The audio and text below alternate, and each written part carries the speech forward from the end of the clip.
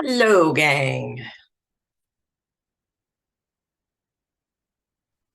Hello. How's everybody doing?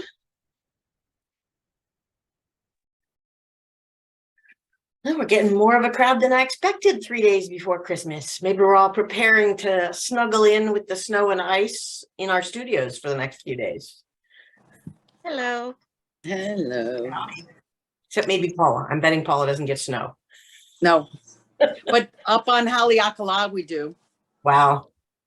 Wow. Okay. Yeah, big island on top of the mountain. Yeah. Nice. Yeah. Is it climbable? Can you get up there? Or is it you have to go through treacherous? Oh, on Haleakala? Yeah. You can get up there, but it's probably closed because of the snow. It's too cold. It's all kind of relative. Yeah. I spent a lot of my life in New England, so cold is what's at the top of Mount Washington. Yeah, okay. Well, it's very windy up there too. Yeah. And it Yeah. really at night it's freezing. It's cold. It goes in one ear and out the other. It's not pleasant. Wow. So I'm sure you understand. Yep. It's part of the reason I moved to the Pacific Northwest is I was tired of New England winters. So it's all good. Carmen, you look all nice and dressed up today. Oh, What's I'm up celebrating. It's our last day. this year? Yeah. And cool on you for trying that that funky setting you got out of our yeah, that's it. You tried a lot. You got some interesting learning out of it, I think, from the progression of photos that you showed. Yeah, it's I don't know. I think that the hardest part is the fact that it's a small stone. My fingers are big. And then when you measure, when you turn it over, it's like I'm cutting in too much on the corner, I think. Yeah. And I don't know. I'm using the smallest saw. Yep. And then when I solder it, and then it was kind of like, you know what happens to the frame where it's not necessarily flat. So then I Yep. hit it and then I flatten it. It's just Lots of steps. Now, one thing you did that was interesting to me is you chose to put your prongs on the sides instead of at the corners, which is what we're going to do according to John's setup. And I think that makes for a really interesting look on the stone, is to have, because you basically created a support system for it, so it didn't need to have corner frames. well, they broke off. Yeah, but they were still, so you were doing them on the long and semi-long sides, and we're going to do ours on the tiny corners of the octagon. Okay. Yeah. I thought I was following directions. Well, we hadn't gotten that far. So you jumped ahead, but you came up with a really interesting look.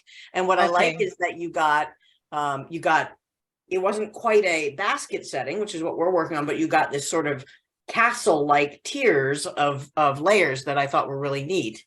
For those of you that don't know what I'm talking about, Carmen's been, I'm going to spotlight you for everyone so you can show us.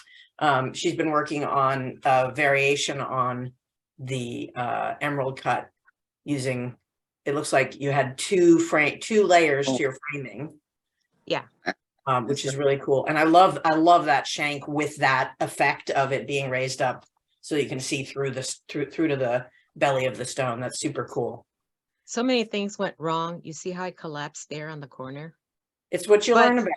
Yeah. Yeah, but you know what? I kept on telling the metal, okay, tell me how far I should go. You see how it collapsed? Yep.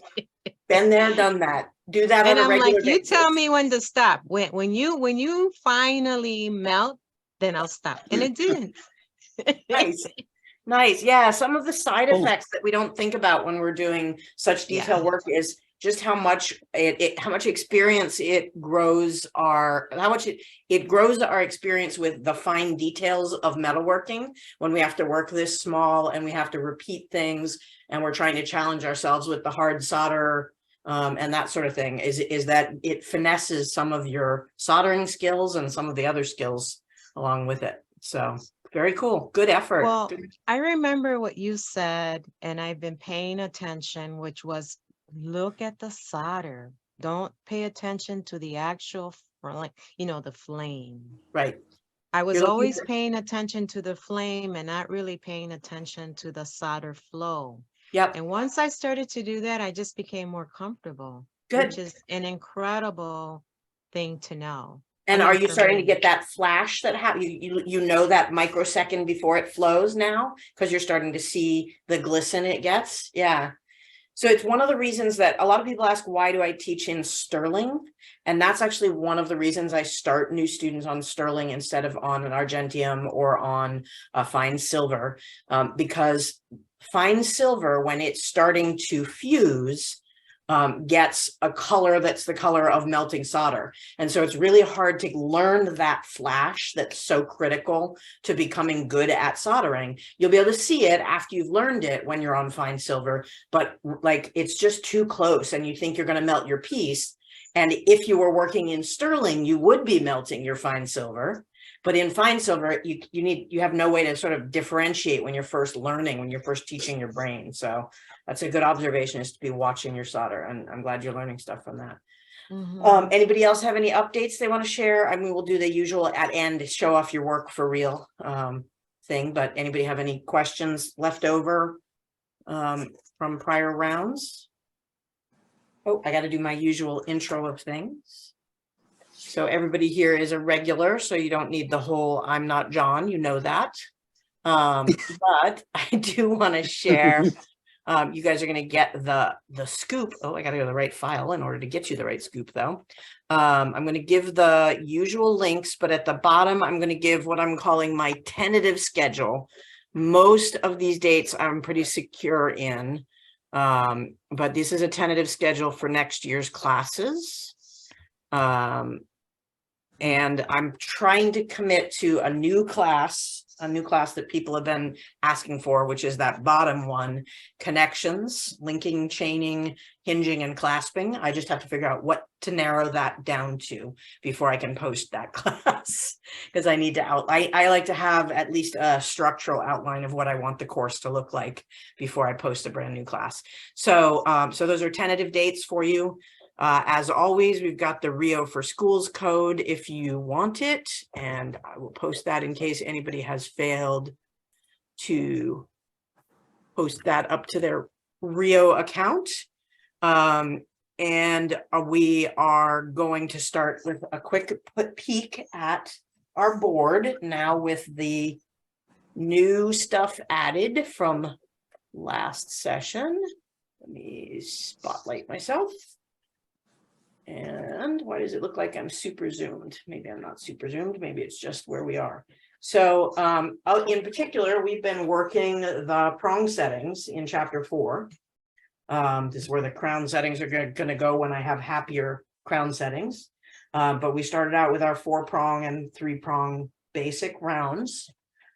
We did a smaller version where I showed you guys that sometimes when I'm just trying to do practice settings, John taught us to tack solder a little piece of metal on to the back of it so that you can work the setting, you know, put it in a vise or something like that. So that's an example of that. We have our pair setting, which was the combo of sheet and prongs on a basket. This is the one we set last session, so I wanted to show that one off. That is our marquee, also with sheet and then wire basket frame. In this case, it's sheet on both ends. We did this a while back. This was our cushion cut where we played around with all the different kinds of finishes you can do, whether you do a pointy finish or wide or narrow, and trim things down a little bit. I still haven't purchased any triangle stones, so I'm going to have to come back to that one. And today we're going to work on the emerald setting. And then I think we'll probably get to starting at least the slotted cut card setting, which I'm excited about. Questions about anything we got out on the board thus far? Lots and lots of settings. That's what a year looks like, give or take. Amazing. It just happened so fast. It kind of did. It kind of did. And yet also slower than expected. I was anticipating doing a couple settings a session, and that was just unrealistic. Mhm. Mhm. Okay. Any other questions before I get going back in to our delightful emerald setting? Okay, two things. What page Yep. are you gonna be referring to? Was We it are working mostly right around page 114, 115 for this setting. okay? And are you spotlighted? I am spotlit. Does it look big Okay. to you guys? It should. Okay, thank I you. just, it's really bright though. Let me see if I can darken it at all. Where's my brightening?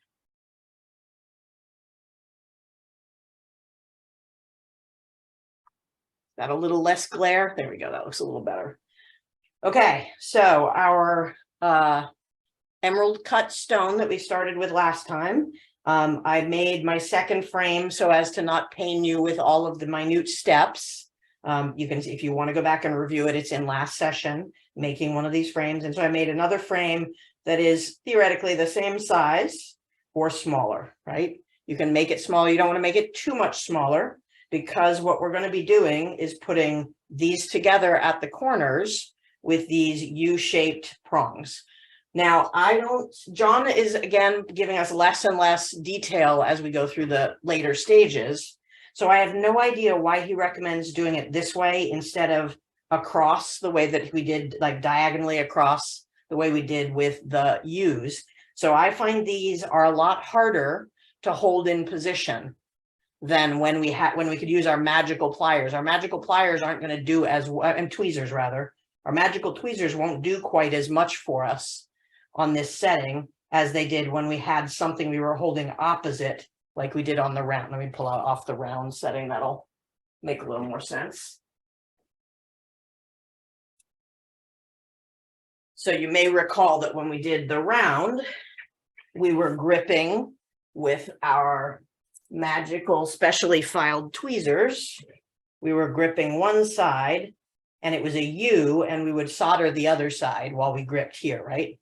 We don't have that option with the way he's recommending we lay out these the prongs of this, because we're doing two that are right next to each other. So we might get away with holding one side of the U in the tweezers and tacking it, and then the other and tacking it.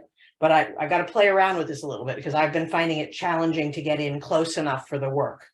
But before we even do that, we're going to now take the saw marks that we've started with, and we're going to cut into them to create the equivalent of the divots that we put in for our round at each corner.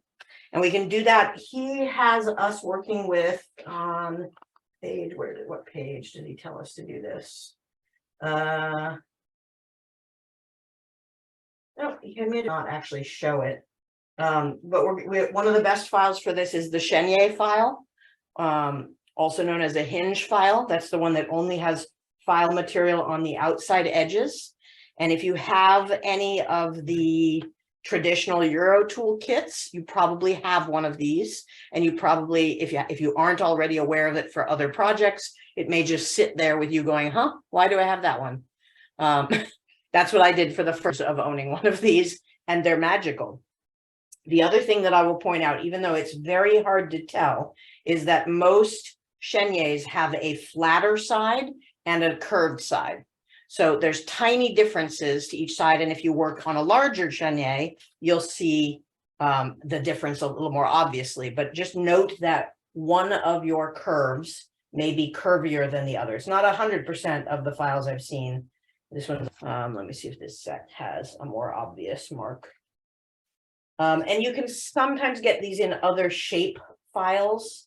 Yeah, maybe I'm only seeing it on my larger ones, not on the itty bitties, or on my eye just can't tell the curvature enough. But it's worth noting because sometimes you want a deeper, rounder curve. If you don't have one of these, a really tiny round file will do for this exercise. And if you're looking for my favorite round file at this point is from the collection I think I've bragged about finding, which was the Antique Watchmakers.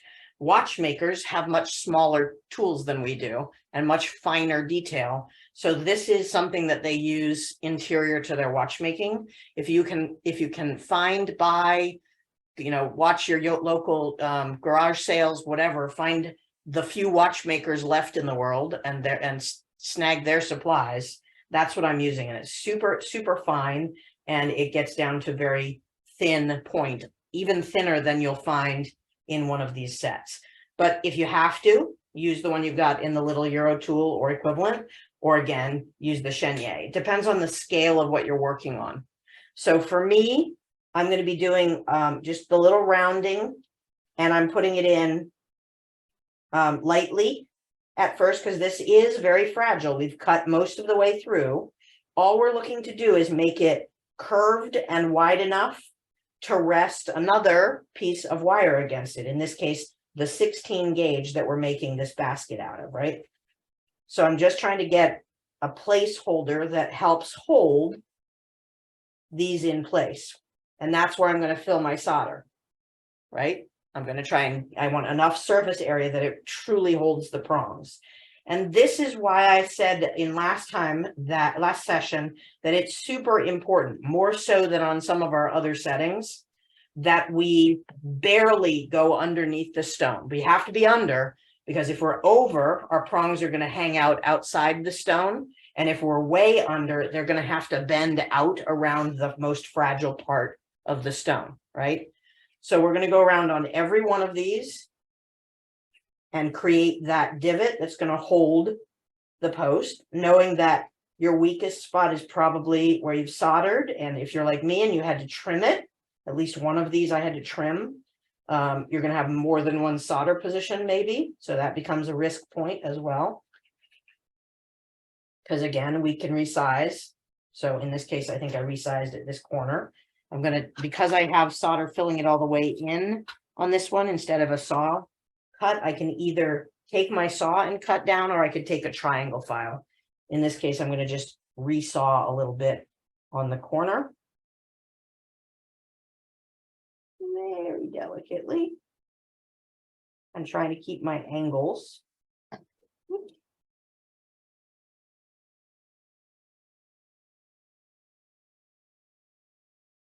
I just need enough that I can catch my file in there.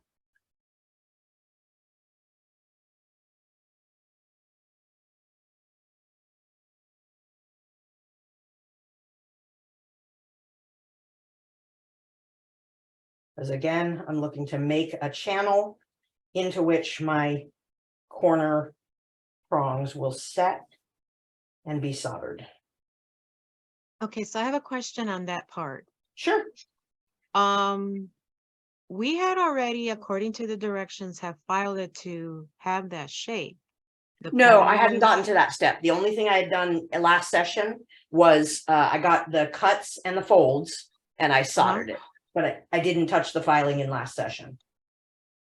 So when you did the cuts and the fold, you solder everything, so it's back to like without any cut? No, I didn't put solder in any corner except the final where it crossed over the two ends. So all of that was done leaving, unlike our other ones. I know why that's a confusing one. When we're doing like our step bezels and so on, we are filling in our solder cuts on those, but basically this one is inside out. So we're using the existing saw marks and putting channels in, using them as the base of the channels that we're using to run our prongs. Okay, so what you have right now is the same as the picture on page 114 on the bottom. It's more the piece up at the top. Oh, and there's our Chenier file. So up at the top on 115, you'll see the little cut marks, and that weird thing with the two dark bars is the Chenier file. Those dark-sided pieces are the edges of the file, cutting in the little notches further. I just happen to be using a round file because it fits so nicely with this tiny one. Okay. Okay. Thank you. Yep. Yeah, again, John is putting fewer words on each page as we go along on the assumption that we've extrapolated from what we did earlier, but this one setting really is inside out of the others we've done. So I've got a good little channel on each, right? And then I got to do the same thing below. so that I have a matched set because they're going to be lined up. And the thing that he gives us very little info about is the order of operations. So he doesn't show us trying to solder all the parts together at once. They're just magically all together in his drawings. I am assuming that I want to put one layer on and then solder on. Yeah, so I'm going to do the bottom first and then do the top of the basket. But before we get there, we have to get all this nice filing done, and then we also have to make our little U's. And I'll show you some shortcuts for that.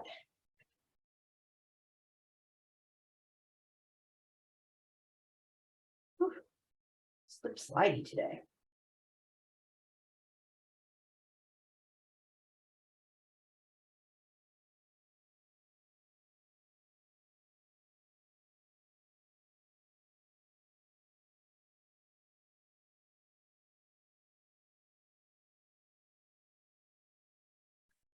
This is another corner that needs a little cut in because it was the solder mark.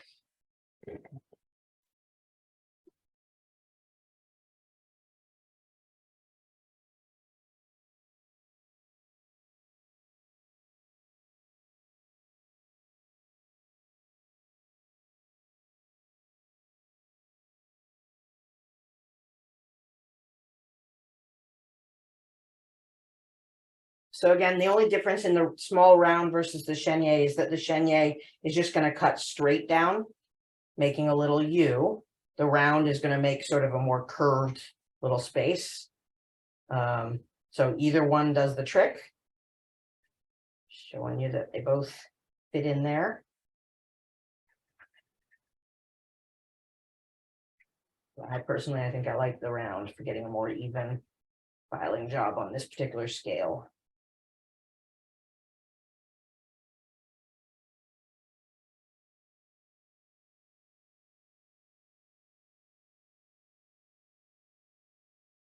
Okay, so once again, I've now got two sets that are, one of them is either bigger or they're both the same. I tried to make these pretty close to the same. One of them is ever so slightly off square. I've made sure that they're as straight as possible, that they line up their little marks. Because we made sure that when we were measuring things, the constant was our corners. So we've got good sets there, and they're going to be able to do lining up the channels that we've cut, right? So now we need to make these U's out of our straightened 16 gauge wire. Oh my goodness, I've got the hiccups, gang. I'm sorry. So I'm going to give myself extra material because I don't actually want a whole lot of spacing between these. Just enough that my stone doesn't hang down below the lower one, which it barely will. It'll barely hang below the upper one. So I only need it for the visual impact of separation, right? And what I did was I went looking for something that has slightly smaller diameter than this dimension, right? My shortest edge. And I thought at first that it would be something like my smallest gap, but this is way too big. So now I've moved down to one of my smaller files, because what we have to remember is that when we bend metal around it, it's going to spring back a little bit and provide some extra bounce. So I'm just trying for a tight U. And even that is going to be too big. So then I've been going back in with my flat pliers and squeezing the U a little straighter at the base. See what I'm doing? I'm just getting my pliers in there and squeezing it to straighten it out. And then I'm making sure that I've got it closed enough, and I'm going to want these all to be consistent, that when I bump it up against this, it fits. This is still too wide, so I need to squeeze it further closed, possibly even squeezing from each side. But what I have to do on each pass is make sure that I'm not distorting the straightness of my prongs, because I don't want like this. I don't want it bent. I don't want it wobbly. I don't want any squiggle inside of this. I need my overall piece to be nice and straight. in order to cleanly solder up the line. So see, I've distorted that. I need to get it back into square. And I'm just doing small adjustments, that little squeezing of the pliers in order to try and get it so that it fits nicely on one of my corners like that, all the way up and down. I should be able to just slide the corner all the way across. And then I'm going to snip that off and make a couple more sets. So these should all be in this particular stone, unless I have something wonky on, my stone isn't well cut at one or the other corner. These should pretty much be the same shape. Again, just taking the end of my pliers, ballparking it, and I always err on the side of giving myself a lot of extra material. So I'm just making the U and then straightening, getting it squeezed in. May have to squeeze across the U a little bit to get it even closer. And then I'm checking to make sure that I haven't distorted the arms, the prongs in their relative proportions to one another. That looks like it's still a little bigger than this other one. That needs to get squeezed a little tighter.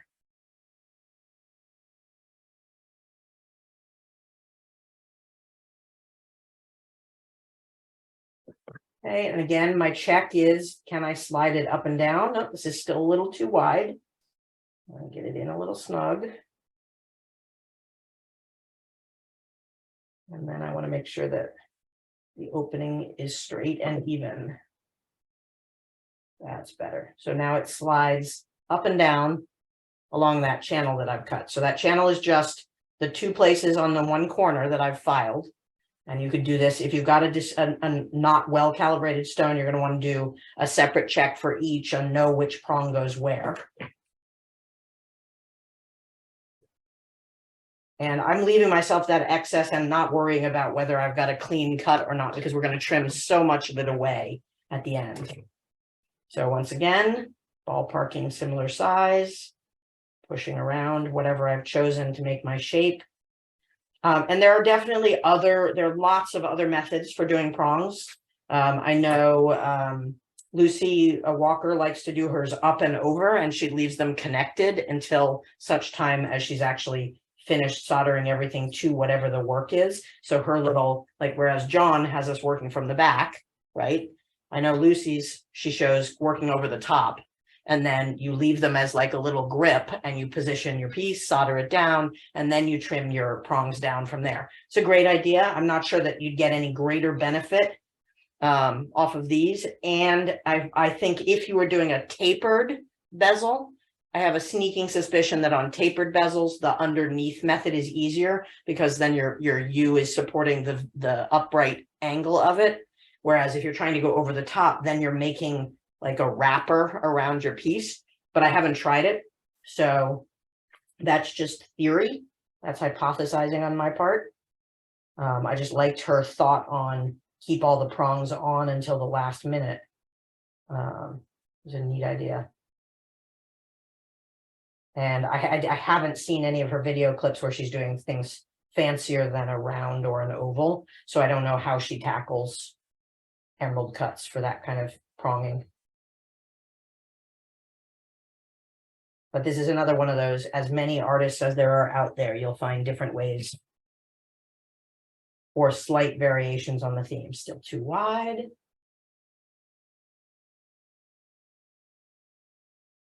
So I'm starting when I'm tightening it down, I'm always starting at the end of the U and then straightening up the prongs to match. There we go.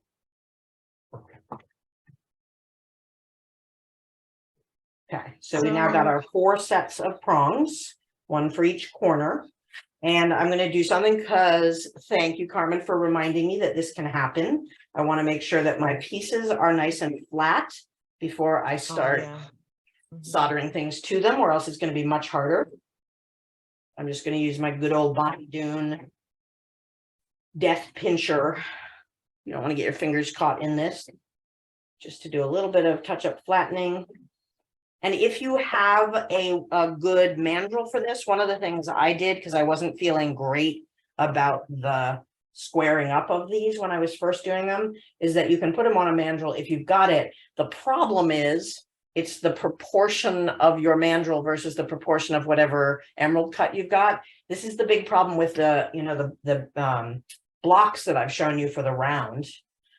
If you're doing emerald, you have to get 5 different sizes to catch the majority of stones. And those puppies are like $300 a piece for the emeralds for whatever reason. I did go maybe Christmas shopping for myself last night on Auto Fry, and that was not made into my basket because I couldn't pull the trigger on something that I knew was only going to fit some of my emerald cuts. Although they did have some, you know, Auto Fry has some really lovely punch sets for those. So if you're looking, they're worth looking at. Okay, so we've now got our 2 flat pieces. We've got our corners cut. We've got what we think is going to be a good fit for the stone. So I want you to notice that only when I tip it can you really see the material underneath, but it's not tucked under too far. So if we're looking at the stone, looking at it from above, we don't see a lot of material floating over. There's my top one, right? So there's no excess either under or over. We want a good solid fit on these. And so I'm going to take the one that I deem to be the bottom first. So this is going to be my top, I think. This is going to be my bottom. And I'm going to head over to the bench and try to find some way to set these prongs up that is going to be a successful hold while trying to solder. Because once again, I'm going to back out a little bit here. I think I'm not backed out already. There we go. Once again, John would like us working with hard solder. We're going to see how that goes. I'm not sure I've got that in me, but we'll see. This is a lot of soldering with hard solder over something else that's very fragile and using hard solder. Because unlike our other settings, a lot of these are cut away. Like we have weak spots all over these little octagons. Wherever we cut partway through with the saw is a weak spot. And so it's a little more challenging to set up and not accidentally hit something else. So I'm going to actually try finding my seam point and use that as my first solder in the hopes that the heat that it won't be a fall apart at the very end heat situation. So I'm not leaving a whole lot hanging off the end. I'm trying to just hold again, our funky pliers have a cross piece and they have an upright. So I'm holding the upright. Bring it down a little bit, Rachel. Yep. So I'm holding, this is once again, the upright is going into, if we were to look inside of this would be the cut this way. And then our cross piece should hit one of our channels that we cut this direction on the other side, right? So just like we were holding for the other one, except that I'm trying carefully to stay away from 1/2 of the U so that my steel doesn't steal the heat. And my target is to put solder right in here in that little channel that I filed where the upright is now resting. So that's the mission. And then we'll flip the tweezers to the other half and try and tack down that other one. So, well, tack down. These is actually, we're trying to fully solder. I'm not trying to do a tack solder first because I do not want to have to come in here twice for each prong. Fluxed up, and you know what? I'm going to stay with the small tip. I know that John likes to use a large torch tip for everything he does. I don't have quite the finesse that he does with the broad flame. It still needs to be a good bushy flame. But I prefer a little bit of concentrated heat rather than a lot. And I'm just using hard chip solder, so I'm not using too much. So is that a 0 or a 1? This is a 0. I never use a 0 for anything on the acetylene. But I will sometimes use the 0 on the Smith. Come on, little guy, there we go. And this is the thing that I always have a hard time with that John does a lot of, which is, in this case, it's the flick pass. And the description he gave when I asked him about why he does that is that he says it lets the heat in silver in particular balance out across the metal. So this little flick to and away sort of ranges where the heat lands. And this is really fighting me with the heat sink that is the steel tweezers. So I've got a little bit of flow there, but not enough to make me happy. Let's see if I can get a little more flow. There we go. That looks a little more promising. And part of this is having the patience to give it enough time to cool, quench, and reposition. Because it can be, you can want to get your fingers in there right away and move it over to the quench. We don't want to over anneal this thing. Okay, so now I've switched to grip the other half, the one that I just soldered. I'm going to touch up my flux.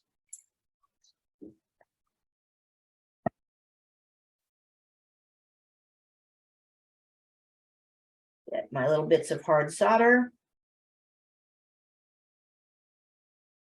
And my aim for that little ball of solder is on the interior line where the upright prong meets the frame.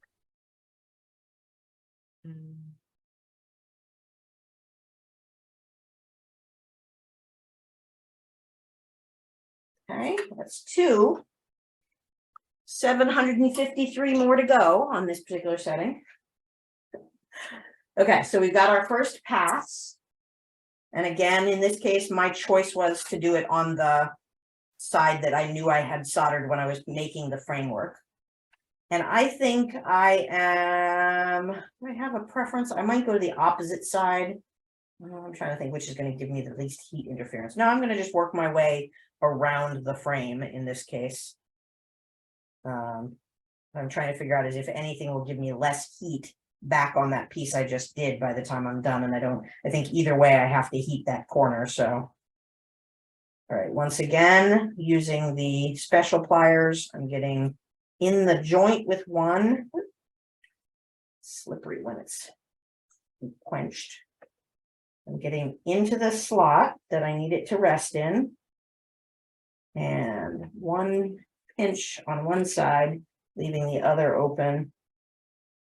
Get up a little bit.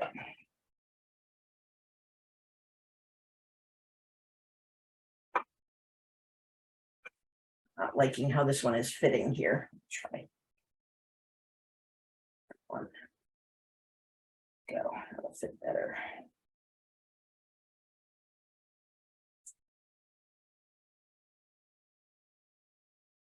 So my target now is first to solder that side into its little slot. It is mostly fitting into a sec.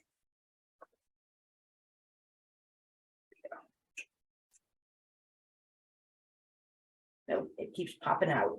I think this edge needs a little opening. There we go. Let's try the other one first.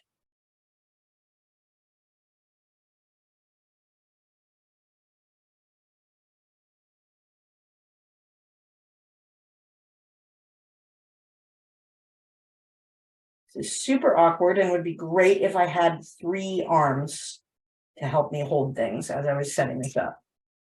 And not third hand type 3 arms. I mean, I just need to be able to manipulate this more than I am. So it's trying to bend around the corner in a weird way on this next one. It's not resting very comfortably in the little notches. That looks a little more promising. There we go. Okay. Be sure to futz with it before you start soldering so that you don't end up soldering it out of position.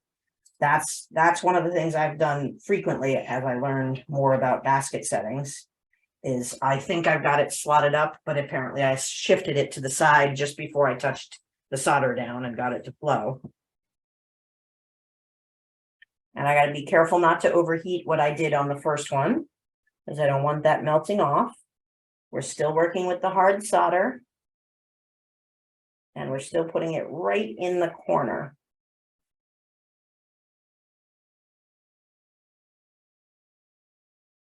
it really wants to bring that solder over to the tweezers. Come here.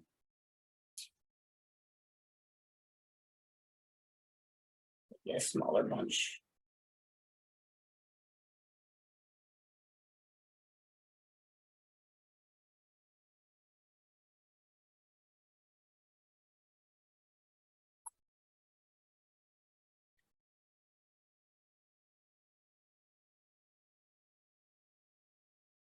So notice that I'm trying to make my movements away from this one. I'm trying to keep them focused over on the one I'm trying to solder right now.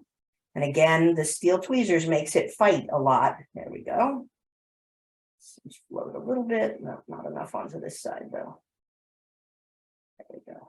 So what I'm checking on when I'm rotating it like this is I'm making sure that my solder hasn't just connected on one side of the seam, but rather, so it flowed here first, but I wasn't seeing any solder on the other side of the post. And I want to make sure I see it in both places. Quench, because I still have burn marks from last week when I was doing something and didn't pay enough attention to my in-between steps. Moving over to the other side. And with this many prongs, I'm likely to pause at some point and pickle it just to get the oxidation clear, because we're fighting an awful lot in soldering such tiny things. And we don't have to add the oxidation to the mix if we can help it.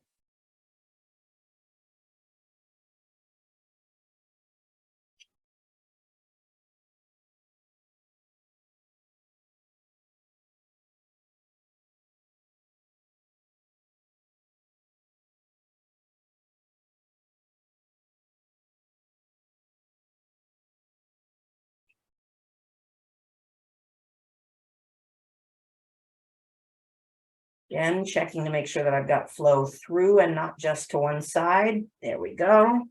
That's where we start looking for those flashes that come with the solder flowing. So we now have 2 out of our 4 base frames. Going to move on to the next one. I know this is exciting, like watching paint dry at times, but it's the process that we got.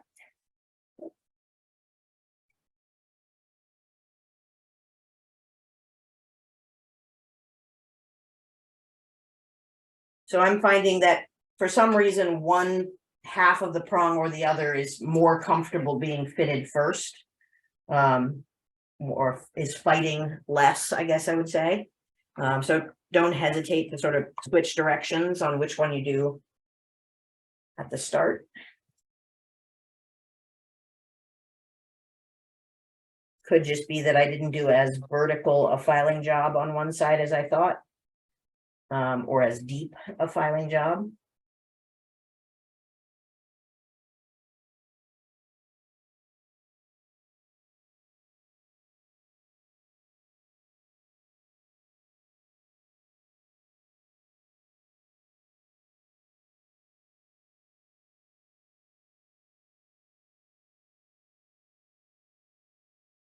Okay, so this one does not appear to be close enough. Oops, I should turn that off before I hang it up.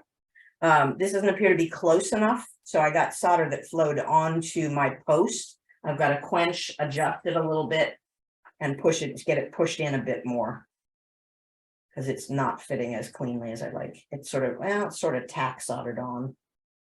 Well, maybe I can, yeah, no, not even. See, I can pull it off. So I'm gonna straighten these out a little bit. Try that again. A bit of repositioning.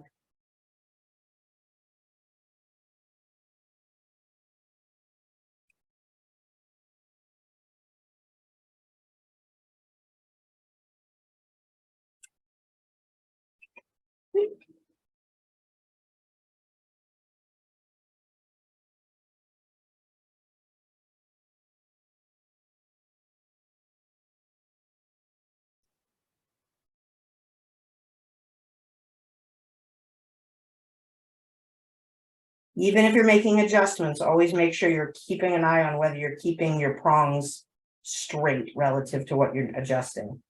That is an easy thing to accidentally move out of alignment while you're in the middle of all of this. Let's see if that does the trick.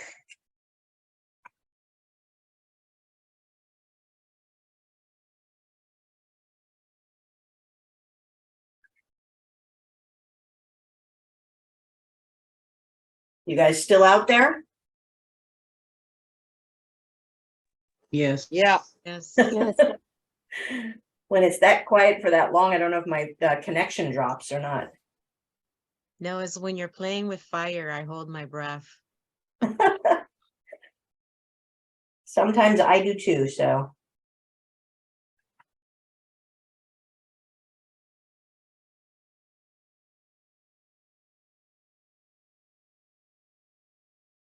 Nope, it's still not close enough. See if I can encourage it down.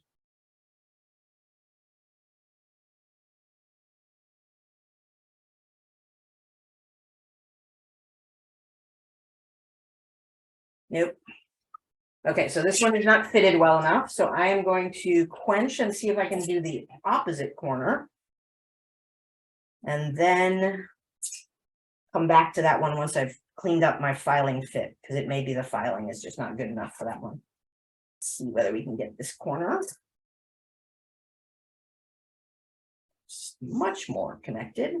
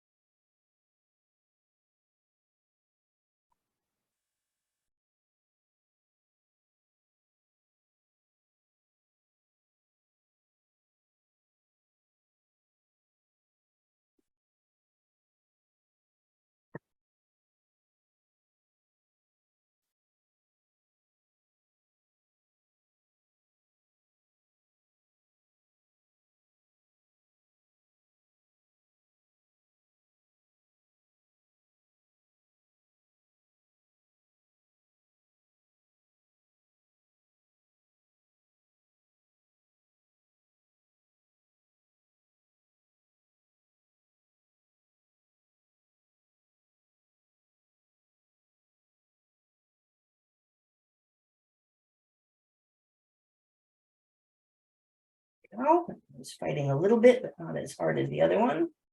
And flow through. Yeah, we got to flow through. Okay.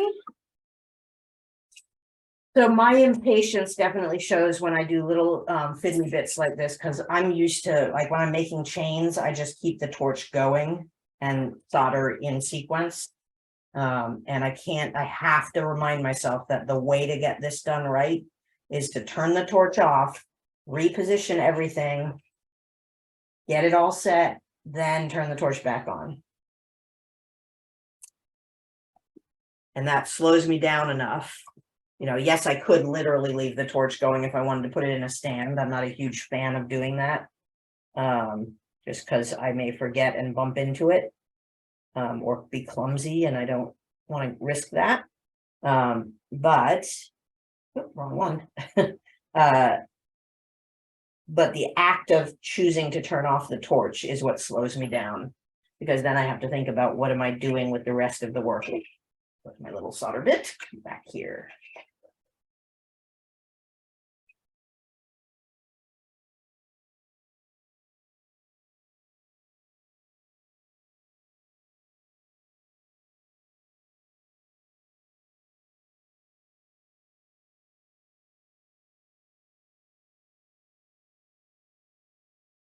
Go. Okay. 3 out of 4 on one layer. We still have a whole nother layer to go. Okay, so I need to pop back and do a little bit of filing touch up to get this piece straightened out and fitting better. Let me hop over to the other bench. Questions while I'm doing that? You wouldn't pickle at this point? I might pickle. I'm trying to, this corner is fairly clean. Because it didn't get much heat because I wasn't getting connected.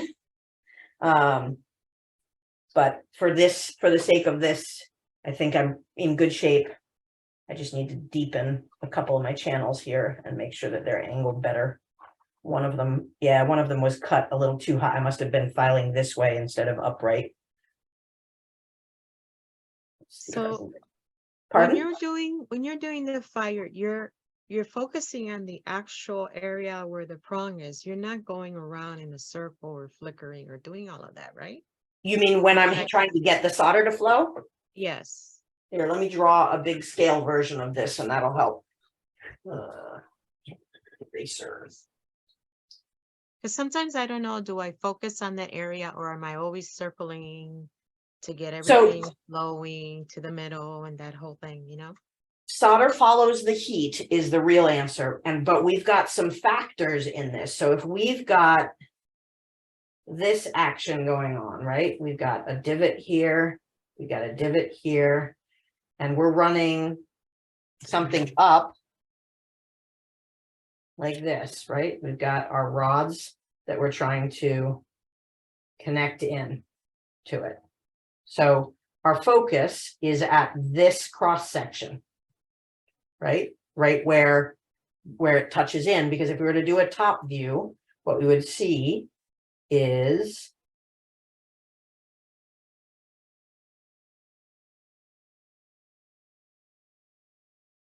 this, right? And our mission is to get solder to flow here and here. The reason that we're putting why we're carving in like that is to give ourselves surface area to hold the prong solidly in place, yeah? And also aesthetically, it puts the prong a little closer, it looks a little neater, it looks like a unified piece. So when I'm working on this solder connection, I'm putting my, I need a third color. I'm putting my solder blob right inside, right where this curve hits. So right there. If we were to look again at the top view, it would be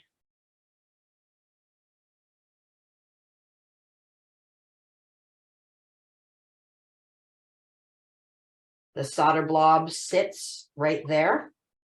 And my goal is to draw it through to all of it, which is why I keep looking at the other side once I've gotten it flowing.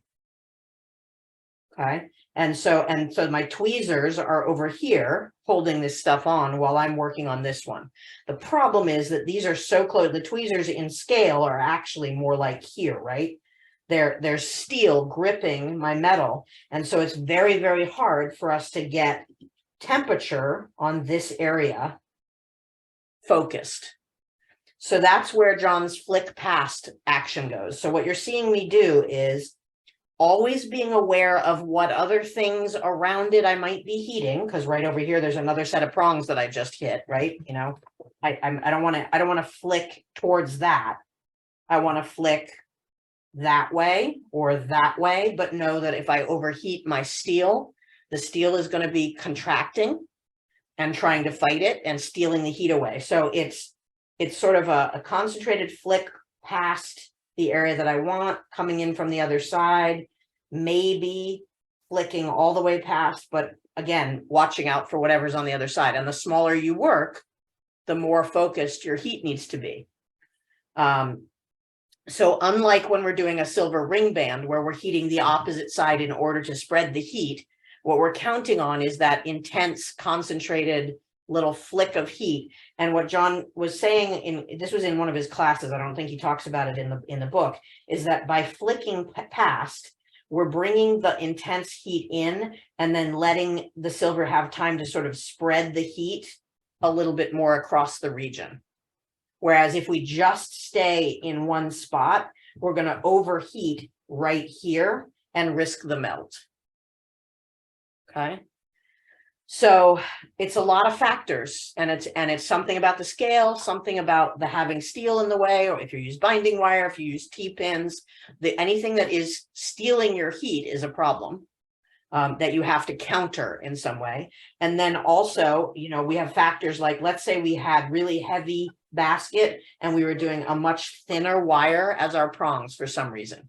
These are the risk factor, right? They're going to heat up faster. And in fact, on that last one that I was soldering on, the top of it started to curl a little bit. It didn't melt, but it started to get annealed so much that it was trying to move towards the heat, right? So those are all factors The reverse could be true too. If you have thin here and a thick wall, you know, this is not going to heat up as quickly, so you might melt out this area before you get your flow. So it's balancing. In that case, if I have thinner here and thicker here, I'm going to put more of my heat coming in from behind the thick piece, because that then transmits heat out to the thinner piece and spreads it to it. Whereas if I started over here and heated from here first, this is all going to get hot before I bring the piece I need to attach up to temperature. So I won't get the solder connection. Mhm. That making sense to folks? Yeah, it's a lot of thinking. It is a lot of thinking, but the whole point of your process is not to be, you're like you've already evolved, the way you've evolved to look at the flash of the solder. This is about getting to the point where you don't have to think about each of those pieces individually, but you look at the package that you've put together. And this is one of those points where I tell you your failures will teach you more than your successes. Because if you're getting something, you're like, damn it, I can always solder. Why can't I solder this? Why isn't it flowing? You need to stop and look at, do I have steel things in the way? Do I have other connectors in the way? Do I have materials that are different gauges from one another? Do I have two different materials? Like, I know a lot of people want to work in brass because it's shiny and gold-like, but it's much cheaper. Yeah, it's also the hardest metal of the primary metals that we use in metalsmith, in silversmithing and small scale work to solder, because it needs much more heat than the other materials around it, and because it chars if you think too hard at it. So you're fighting oxidation all the way because it has a much higher copper content, and copper is the root of fire scale, right? That's what grabs the oxygen. So all of those factors, you need to pause when you're fighting it and see if there's any factor you can either eliminate or move out of the way or change in some way. If you're using binding wire, are you using binding wire that is thinner than the materials you're putting together? You should never use as thick or thicker if you can help it. As thick is manageable, but thicker, iron contracts faster than the other metals that we work with do, and therefore, and it steals the heat. So it's going to intensify, and you can collapse your work if you have too much steel or iron around it. So start taking the parts of your failure apart and try moving a single factor at a time out from whatever the flaw is that you're getting. So when you say steel, are you including titanium? No, titanium doesn't transmit heat the way that steel does, but it also doesn't have flexibility. Like, I would work all the time with titanium picks, except that I can't bend them into the point that I want. And nobody so far seems to make the angle that I want in a titanium pick. If anybody finds one, let me know. Okay, so this is a combination of I needed to file a little bit more, and I need to straighten and squeeze together my prongs to be a better fit.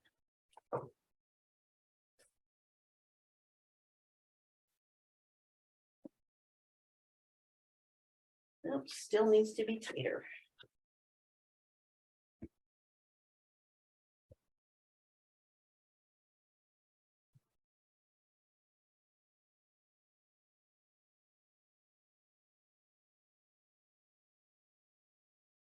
What you were saying makes sense. Like when I was having problems like soldering two pieces together, first I had it on a flat surface and then I put it on the little tripod and I put the heat underneath Yep, and then it worked.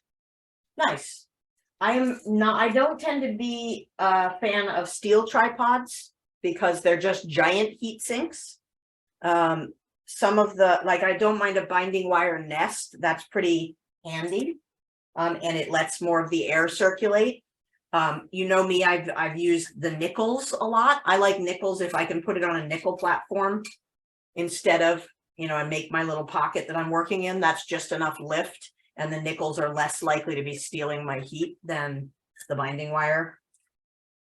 But I personally, I just have a hard time keeping my heat control when I'm on one of the like grid-like steel trays. Although this is a titanium tray. And I have yet to try it. I just haven't had time to put a project on it. But it's apparently a titanium cookie tray that somebody pointed out to me. So I'm hoping that will have similar usability. Where'd you to- get that, Rachel?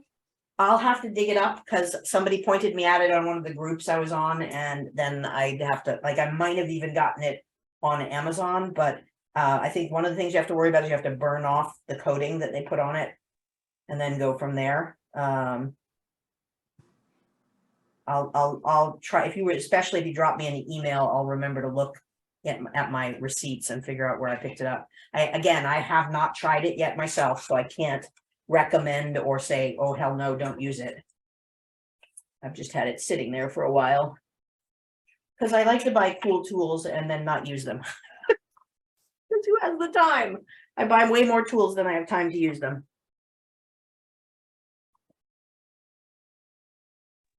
I'll Or drink to find them. that. Pardon? I'll drink to that. Yeah. Mhm. My problem I- is after I buy them to find them. Where did I put it? Yes, that can be challenging. I saw a small clip of somebody using some finishing burrs that Auto Fry sells, some of the Bush finishing burrs that aren't available a lot of places, which led to me spending a whole hell of a lot more money than I intended to at Auto Fry. But I haven't gotten myself anything this year for Christmas, so. might I have found the gotten myself- titanium, sorry. Pardon? I found the titanium wraps. Oh, 'Cause nice, I bought them too. nice. They're Where'd you get on, them? on Amazon. Cool. They have two different ones. And, I think the one you have, it's I don't know, how do I add that on? It's, Basingo titanium charcoal barbecue grill.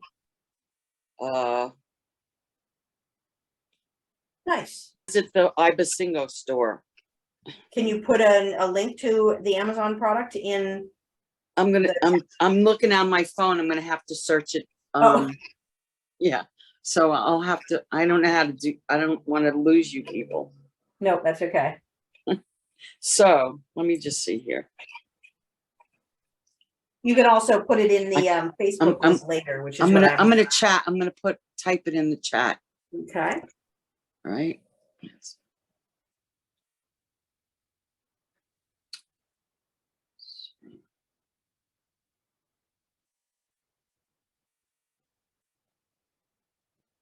As a reminder, if you do have a little bit of blackening, but you're not yet at the point where you want to bring it back to pickle with an acetylene torch or anything that's not an oxy combo torch, by pulling back into that third stage of the flame, you can do a little bit of cleanup of your material, of your metal.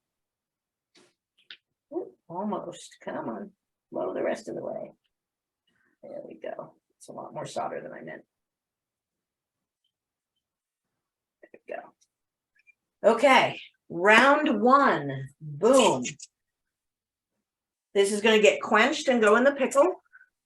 Yay. Yay, yes, and it looks a little wonky right now, but we're gonna do some straightening. Once we've got it cleaned up, and we'll absolutely want it straight before we put the next round on. And it gets progressively harder as we go. So, we'll see how we do for setting up the rest of it. But it's easier to set up in that we get to now rest our next layer in all four prongs, right? And so you'll see, I think there's a picture on the top right of page 114. It's not for this particular setting. He used it for another variation, but we could put some kind of like either heavy gauge binding wire, or I probably wouldn't use nickels for this one because they're a little too in the way, but something that's low solder impact. If you've got the titanium strips, that kind of thing, to just give an even placement between your two layers, right? And so that'll help us be set up, as long as, again, it's not stealing the heat. We don't want to take all of our heat to the center of our piece because that could overheat and warp it down. So any questions to date? Oh, thank you for that, Paula. You're welcome. Any questions on what we've got so far on this process? So you just finished the bottom or the top? The bottom, yeah. And you said you made it a slightly smaller? In my case, I made them the same. The most Oh. you should do in making, if you make the bottom smaller, is make it fit snugly inside of the one that you made for the top. Right? The top one is the critical one. That's the one that needs to be just resting below the edge of the stone, right? So no peeking out, no metal peeking out, but no tucked back in so that stone is peeking out either. You want it right plonk on top of it. The next one, the bottom one below that can be smaller, just not radically smaller, because you're already fighting going up two sides at once. And if you put too much of an angle at it, you're going to have a real challenge with getting those lined up, right? So the most that I found I could do was literally whatever my frame is for the top one, I can just fit my next frame down inside of it. So it's the 16 gauge width difference to give that slight angle. You may be able to fight it to be a little smaller than that. I couldn't keep my angles when I did that too small. Questions? What are you showing off there, Miss Wendy? You're on mute. Yeah, I just wanted to share with you, you talk about your chenille. Is that how you pronounce it? Chenier, yep. Chenier. And they have them at Auto Fry. I was told that they were cradle files. Cradle. And I have them from 0.3, 0.4, all the way up to a 2 Ooh, millimeters. So I have a whole set of these. nice. They are nice. They are nice. I mean, I don't think you need all of them, but I had to have it, you know. Yeah. So Don't cradle Don't you files also make call them sense to joint me. files? Joint file, yeah.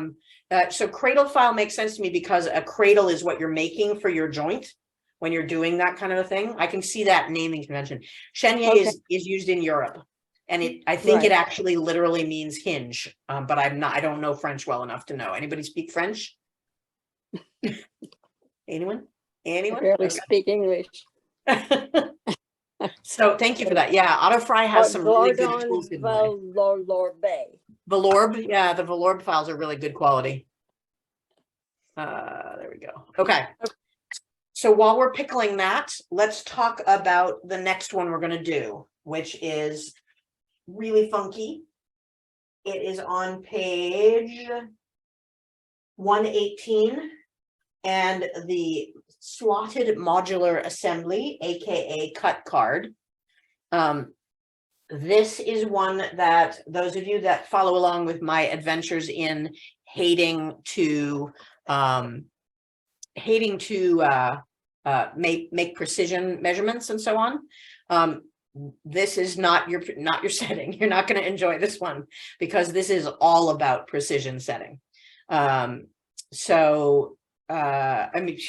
Precision cutting, measuring, cutting, and filing are all super critical to this setting, starting with the way we create the base plate for it. So this slotted cut card is literally, we're putting two parts of a frame together in a crosshatch, or you can do, he's got versions drawn out in the book where you can do multiples. So if we were doing a setting for this same emerald cut, we might put one long and two shorts across it, but they basically still get slotted together. You can get extra crazy and do, say, 6 across. Like if you're taking a round, you could do 6, but you have to figure out the perfect angle to cut your slots at, because our mission is literally to make the two halves fit together cleanly so that we can solder that connection. So start your life easily on these. Start with a nice, well-shaped cabochon round, and then decide if you want to branch to the next level before you finish that one first and see how you feel about it. The other cool thing about this is that there are lots of different forms that this can take. So down on the bottom of page 118, you'll see a few of the looks. You can curve it up, you can curve it down. This can be a pendant hanging by itself, So that bottom one with the emerald cut could just have a bail at the top of it and be a whole pendant unto itself, right? I wouldn't otherwise make a rounded bottom like that if I were going to solder it down to something. But you can cut away from the center as the right one shows.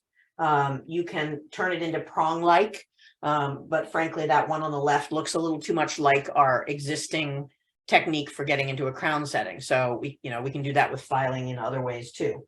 But you can do a whole bunch of different shapes. And on the page 120, he shows one of the more standard and easy to get to shapes. So we're going to aim for something similar to that.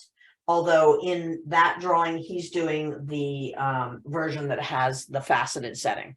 And faceted is much harder because you have to get a precise level resting point for your stone, and then also create the gap for the collet of the stone. So we're going to start ours with a basic cab, and you guys will tell me if you want me to take time in another session to also do a faceted version of it, because it's a little funkier, but I think you'll get the gist for both of these. So one of the most critical things on this is starting with a consistently sized strip. We're going to do 20 gauge. He says he goes up to thicker gauges the bigger the stone he uses, but a 20 gauge for, I'm going to be using an 8mm, it's a ruby, maybe it might be a manufactured ruby cab. Maybe it's sapphire. I mean, yeah, it's either ruby or sapphire. So we're going to be putting this basic cab into one of these settings, right? It's got a decent dome.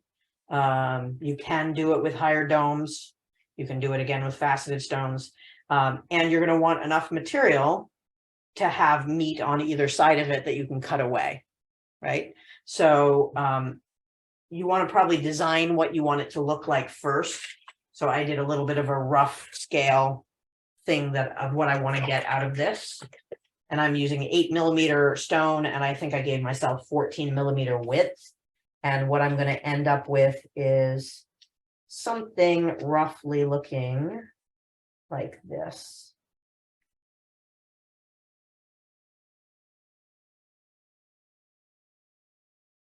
Very bad drawing of it. I figured I'd emulate the curve of the stone.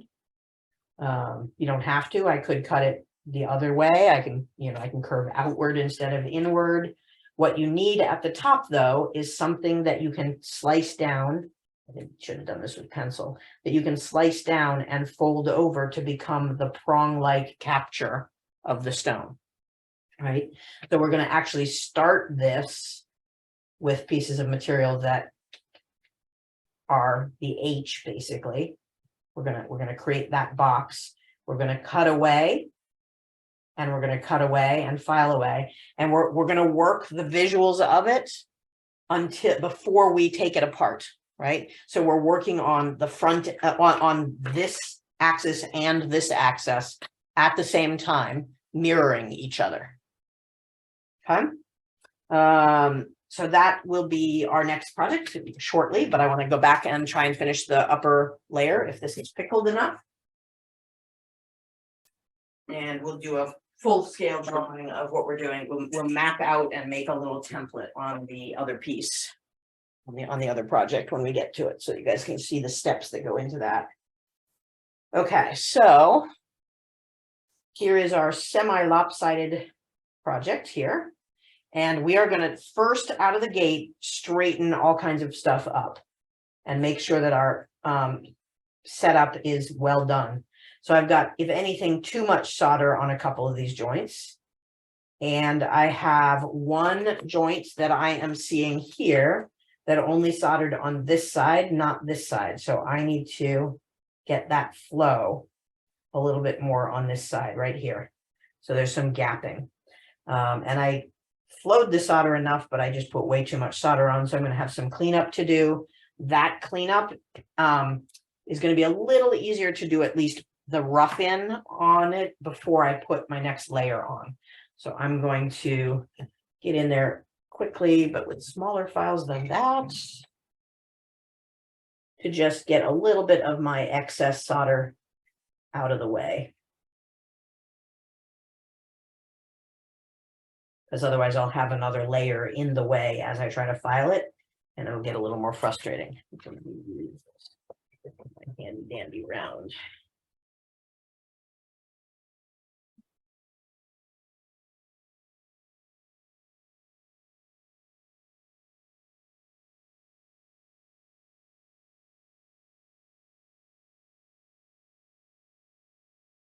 Again, just getting some of that excess out of the corners of my joints. I'll do a finish cleanup once I've got it all put together, because some of it will flow again as I'm working the upper set of attachments. And then I want to make sure, like I can see these set of prongs went wide, so I've got to straighten them a little bit, pinch them back together so that they're cleaned up and upright and consistent with the others. These have a little bit of warp to them.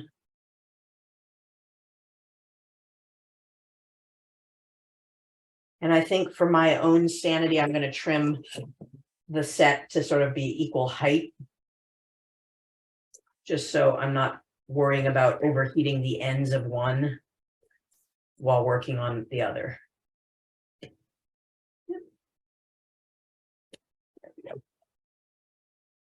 Because that's one of those situations where if I'm working on this, I might be angling and not realize I've caught the far side. So now I've got a little more upright than I did. Oops, got a couple that still need a little tweaking. Those in line with each other. And it's time to go grab the other frame, which is the upper frame. If you're making them fairly close together, you may want to mark one before you did the step that we just did. And we're going to see how well it fits just by resting it in there. So what should happen if all things are positioned well is that the uprights, the prongs, should nicely fit in to their respective slots that we've filed. And I'm getting that on about 2/3 of what I've got here. I need to adjust the alignment on a couple of them.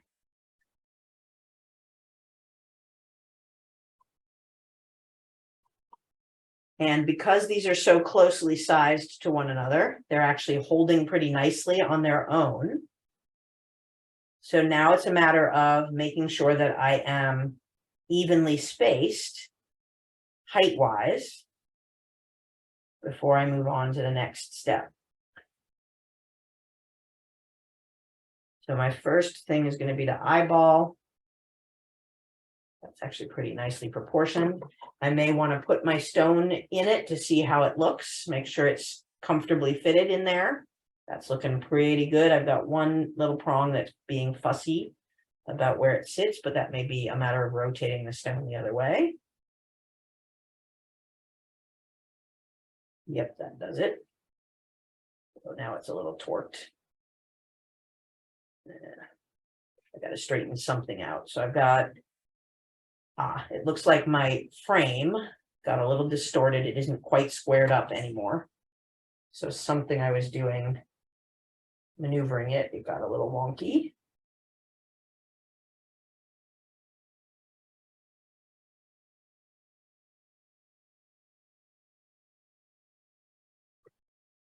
When you put the thing on top, what do you call that? What do you call the top part? The frame that I'm putting on, Yeah. what's the term for it? It is the parts of the basket. I want to call it a shelf, but that's not the right term. Hang on. It's not called a bezel, right? I mean, It's not called, so a bezel is technically not a wire frame. Let's see, bearing, it's called a bearing. I knew there was a term for it. So the upper bearing. What were you asking when I put it in? What am I doing? no, do you put the gemstone just to check? That's what I was doing that made me see that it was a little wonky on how it wasn't squared up. Okay. So yes, it is a good thing to do to check how your stone is setting, because that'll also tell you, do you have it at a good height? And if it's not a perfectly calibrated stone, do you have it the right direction in your setting? which is what showed me that I didn't have it well squared.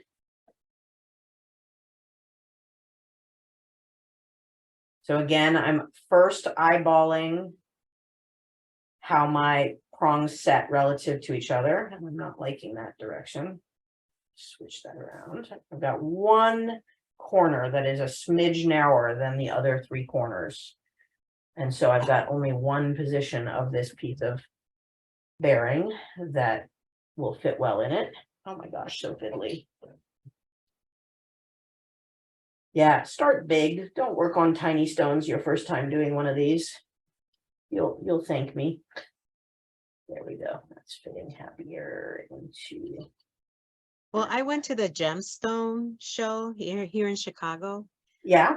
and I don't buy stones. I mean, I basically have been the ones I got from my friend, and I knew that I can trust her and whatever. So when I went to the gemstone, I just said, hey, I'm just new here. So Yep. I need to start with, for me to just pick up some stones that I can play around with and not cost me a lot of money. But it was so funny because on the right hand side, I started and I picked up a little stone and it was $1,000. And then I said, oh, no, I can't afford this. He said, keep on going left. I ended up in the clearance. So I buy a lot of my stones in the clearance section because I'm looking for what interests me as a stone more than preciousness. Because I know, frankly, that preciousness is sort of a perceived, marketing value of a stone in many cases. So yeah, buy away at the clearance. Just know that most clearance stones are likely to have inclusions, which means they're a little more likely to crack when you're working with them, or they might have not well calibrated sides, which makes extra challenges. If you really want to be practicing with well calibrated stones, buy manufactured stones.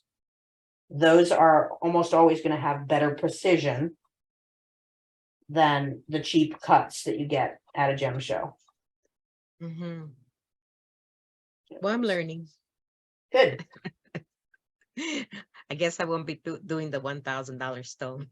Yeah, I've had a couple. I wanted to see that. I didn't. There's a couple stones that I've managed to buy without realizing I was paying exorbitant prices because there was no way I was real. I just didn't connect how high carat they were for the price. I was like, oh, that's a decent price for a stone that's that beautiful for the per carat. And then it turns out they're a very heavyweight stone. And I'm yapping with somebody at the gem show and not paying attention to what I actually ended up paying. Had a couple like that. Until you saw your bill, you mean? Right. Yeah. It was so signing the bill and then being like, oh, that's about 3 times as much as I thought I was paying. Ooh. And then there was the time that I was trying to buy a replacement for an amethyst that I needed for a repair I was doing. And we were just chatting, the guy that was selling me the stuff. And we were chatting, and neither of us noticed that he had moved the decimal place over 2 points. So I ended up getting a bill for on my credit card for $2,000 instead of whatever I was. Maybe it was even, he must have pushed it over 4 places because it was a $2,000 bill for a single amethyst that was absolutely not that. And it took a while to get it straightened out with the credit card company. Yikes. No, hi Rachel. Hey You there. said to buy manufactured stones? What do you mean? So the man-made stones are often very well cut because they're usually machine cut instead of hand cut. And so when they tell you that it's a 16 by 14 emerald or whatever, it's by God a 16 by 14 emerald.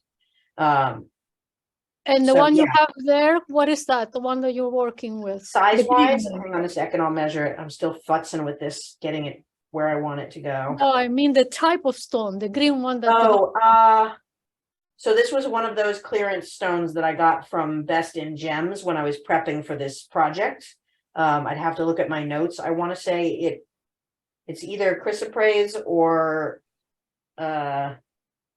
Okay, never mind. So if I buy a man-made emerald, I will be able to do the project without being afraid. Oh my God, it's gonna break, right? Right, well, no, so any stone can break, diamonds can break, emeralds can break. The hardness scale is not about breakability, I'm not even good at explaining it. Somebody in our group went to GIA, right? Can somebody explain the difference in the hardness versus breakability? Well, it has, like diamonds have to do with fracture rather than breakage. So they fracture easily. Is that what you're talking about? Yeah, I mean, so fracture becomes a break. But yeah, it's something more about the durability of it versus the oh, that is popping out. Hang on a sec. The durability of it versus the chipability of it. Like a diamond hit on the edge is still going to chip, Right, right. and an emerald, even though it's a higher more rating, is still chippable. Yeah, I bought a slice of tourmaline. Mhm. Well, it didn't say a slice, it was rose cut stone, Yep. but it kept on chipping. And I said, I don't want to do this. If I'm going to learn, I don't want to have to be worried about the stones, right? Right. So that's why I am asking. Yeah. Tourmaline is pretty, has a lot of fracture lines and a lot of inclusions and stuff. Yeah, Tough one. But the man-made versions of things, or even, get CZs, even glass for practice. yeah. So when you mean man-made, are you talking like CZ's type of? Or actually, man-made emeralds, man-made rubies, etc. Yeah, I mean, what I'm looking for is cost to risk benefit, right? Lab how do they- grown. Lab make- grown. I grown. think they call it lab grown. Lab grown is one of the clusters, but also, yeah, also there's a lot of other choices out there. But So they're lab-grown real? So they're just as real as an emerald? yeah, if you want something that you're going to be able to use in jewelry and say this is an emerald, yeah. My point is not whether it has to be a real stone or a not real stone. Uh-huh. My point is that manufactured stones are Mhm. more often well cut because they Uh-huh. are machined. That what you're Oh. looking for is cost Uh-huh. balanced with quality of cut. If you Uh-huh. just go to the bargain basement of, Oh. you're buying the actual citrine and actual emeralds. Sorry, Yeah. I'm doing too many things at once. You're still going to get crappy cuts for the cheap stones. Yeah. Whereas Uh-huh. if you buy it, you'll find a good balance of price to cut if you're buying Yeah. man-made Mhm. machines. Yeah, machine cuts. Okay, But guys, I can if you're concentrate on this for a selling sec. it, you have to say this is Yep. man-made versus Right. natural. Yep. Okay. Yeah, just like I would say this is dyed or not dyed. This is Yeah. stabilized Or or not heat treated. stabilized. Mm-hmm. Okay. That sounds So when you do your shows, Rachel, do Mhm. people really ask, is it man-made? Is it manufactured? Are they that educated, or do you have to educate them? Some buyers are that educated. I tend to try to educate no matter what I'm doing. You guys may have noticed. So I will when people are oohing and ahhing over one of the projects, one of the collections that I make that does use dyed stones, I tell them that's one of the few dyed stones I use because I love the colors so much. And do they get it? Sometimes I'll get a secondary question like, do you dye them yourself? And I explain a little bit about the time it takes to get a dye into it properly, and that there are people who specialize in that kind of thing.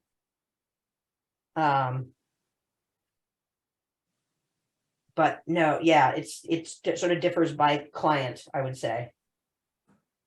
Okay, I have one prong that doesn't want to sit where I want it to. Rachel, But- I was going to go back to visiting gem shows Yep. and finding deals. And I know a couple of vendors, they tell you, you look at a stone and they said, oh yeah, it's 75. And you think, oh, well, that's pretty good. And then they go to weigh it. Oh, it's 75 a carat, you know? Yeah, yeah, that's what I got And caught on. then, See, that's Yeah, what I didn't yeah. know. I don't know the language at all. Keep chatting gem shows. Well, I've got to pop to the ladies' room real quick, gang, and I'll be right back. And then we'll start soldering on that second set of prongs. So I'm going to go on mute for a sec. Sure. Okay. Okay, so Well, some of the it's- vendors sell by the stone and some of them sell by the carat. So you have to be Right. really careful. yeah. Does anyone Learning know I've been- about heat treated stones? No, what's the difference there? they're heat treated. Yeah, that just There's enhances the color. And is of some right. stuff. Does anyone find that a problem? You know, if they were using it to sell? It depends upon the client. There are some clients who are very knowledgeable about stones and they have preferences. There are others who, want to buy them because they really like the color. Yeah, they do And make. so what you have to be careful about as a seller is more, make sure that it's a treatment that's not going to come off the first time they wash their hands. Like with, Oh, people love drusies, but if you get the dyed drusies Oh, yeah. and they're people, because customers, never underestimate what they'll do, Yeah. but, they might keep them on all the time and all of a Yeah. sudden, the dye is coming off. Yeah, no, I wouldn't want that, but I don't know about heat treated that makes them so beautifully blue or whatever. That doesn't come off, does it? No, I don't It think shouldn't. so. I don't think so because there are certain materials that need to be heated in order to have a beautiful color. Right. Well, look what Tanzanite. you get out of quartz, I mean, Yeah. quartz, you get amethysts and you get topazes and stuff. They're all quartzes that, Yeah, different levels of heat. Okay. And Rachel says she buys from Best in Gems, and so do I, but Best in Gems usually their stones are usually heat treated or eradicated. And it's just, they have such beautiful stones that, Mm. I say, oh, well, I'm willing. Okay. And I Alright. go ahead and get the stone because I like the color. So I only came in on the tail end of that, Wendy. I never object to a heat treated stone. You can't get a good sapphire at any kind of price in this world without it being heat treated. But it's nice to be able to tell the customer. I'm more concerned if it's been dyed, if it's been stabilized, like a glass stabilized ruby, Mhm. because because they need to know that if they take it to another jeweler to clean and that jeweler puts it in a sonic cleaner, they're going to destroy the ruby, But frankly, most of my work is not of the price point that I expect people to be doing that kind of work. If I'm working in gold, it's a little more critical than not. Yeah. Okay, gang, we're going to tackle the second level of it. And even though I've positioned this piece with all four corners set in place, we are not going to solder all the four corners without pauses. We're going to solder a corner at a time, check our height, and then reposition everything and then do another corner. And in fact, I think what I'll probably end up doing is opposite corners so that it stays at a table height that I like. So I'm going to start with one corner because it's holding pretty well. If it were not holding on its own because it was a much different proportion, I would probably end up using the tongs, the tweezers to hold it until I got at least one corner tacked in. So I'm going to start on whichever corner is looking well fitted, because this corner doesn't yet want to fit, but these two corners are pretty happy, and so is this one. So this one I'm going to need to tweak once I've got some other stuff in position. And I think I'm going to go with this one because I like the height I've got there. And I'll also at the same time be able to fix the lower bearing that wasn't quite fully soldered to my satisfaction. Once again, we're using hard solder. If you can't use hard solder, do your bottom round with hard and do your upper level with medium, if that's what it takes to get you through. Just because John insists we all be that good doesn't mean we're all comfortable with it. And I don't have any steel stealing the heat now, so I can potentially do both sides of the U at the same time. So I'm going to put solder down on the 2 segments of 1 U. So I'm working the whole corner of the piece at one time. And I notice you haven't put anything in between. I haven't but until the first one is done, when I have a height that I've got as a placeholder, then I'm going to put something in between to keep the other side up if it seems to be sliding. One, there's the other. I'm not happy with how much that solder flowed. Hang on a sec. You absolutely could put something in between at this stage, but it's holding so well, I don't want to risk the stealing of the heat thing until I absolutely have to. Right, so I've now got this and this soldered. Did I catch my flow? I didn't quite catch that. I may need to do a little more soldering. Let me see, I'll see when it's pickled. So I've got that corner done. I'm quenching. And now I'm going to be positioning to make sure that I've got decent height all the way around. So I'm going to go back to my bench briefly, just to grab my calipers, dividers, calipers. I want calipers. And I'm going to check the height. If I can get it with this, can you get it with this? That's too small. Maybe. So at the corner that I soldered, I've got a 2.36. Wow. 2.36. Oh my goodness, this is hard to do while keeping it in camera and getting a good measurement. The soldered side. My soldered side. This is going to be easier with regular dividers. Hang on.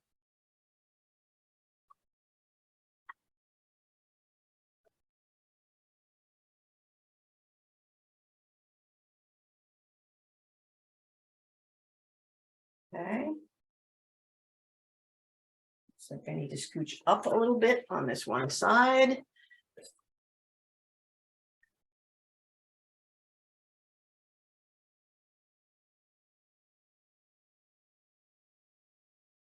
So all of this positioning is done relative to the side that I already started, because that's sort of acting as our anchor.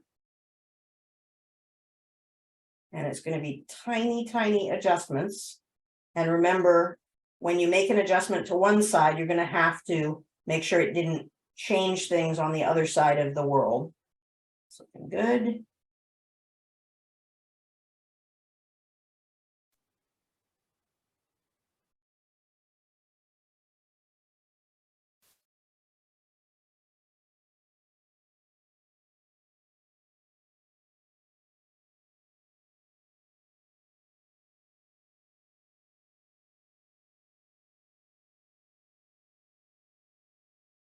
And I've got one leg that doesn't want to rest in where the rest of them do.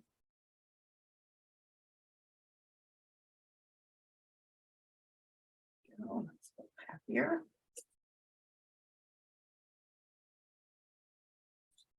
Side. Soldered.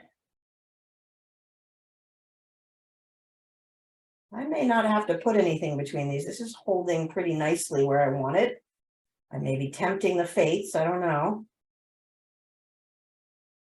But some of the things that I could, yeah, this is looking pretty good as is, so I'm not gonna risk it. But some of the things that I have used in the past to create that I won't let it slide down barrier are T-pins. You can put a couple T-pins through like this. And if it's the right amount of height, what you're looking for is something that creates the resting height. So I would put like 2 T-pins on top of each other. If I can get them jammed in there. This is a little too narrow for that. You need something that's going to stop it from collapsing down. Yeah, this is a little too narrow. Or binding wire, you can make a U out of binding wire and use that. That's going to be great for smaller things, or if you have heavier gauge binding wire. What you want again is for the top to be just resting on it. I don't think I have any heavy gauge binding wire out right now. Rachel, we get the, yep. we get the idea. I'm nervous that that's gonna mess up. What do you mean? That it's going to slide? Well, you're gonna show us so many little other things that it's gonna slide, yeah. Oh yeah, that I'm abusing the positioning of it, right? Just So leave yeah, it I'm always alone. going to check it before I go to solder. You're not wrong. But we're still looking good.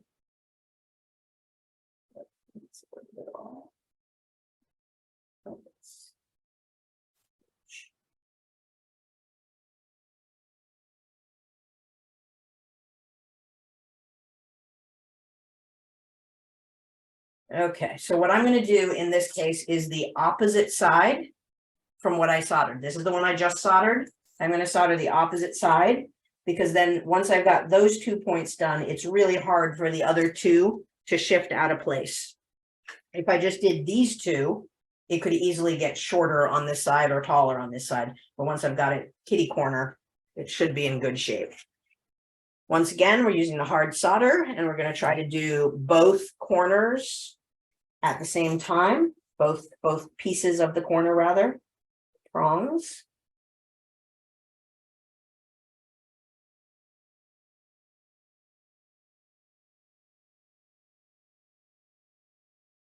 Come on, little guy.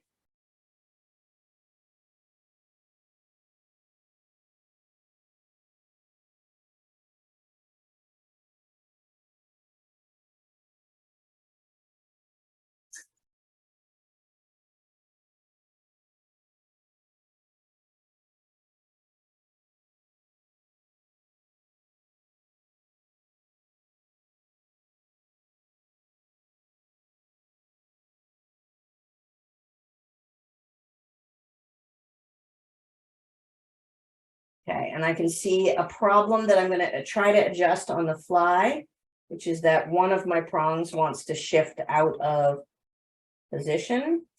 Yep, I'm not going to do it on the fly. I'm going to turn off the torch and do it while it's quenched.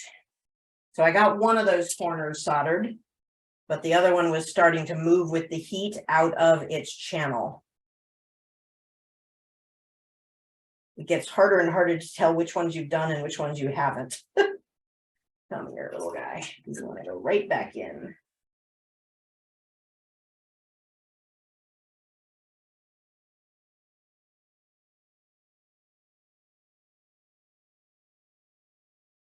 So I'm going to catch the last of that solder right on the inside here.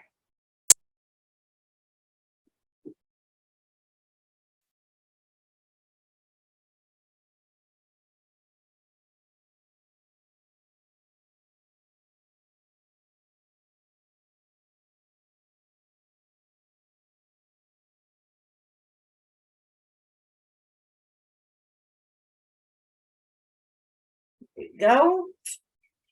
2 down, and then we quench again and check to make sure we didn't have any weird shifting, because it's a lot easier to correct now than after we've done another side.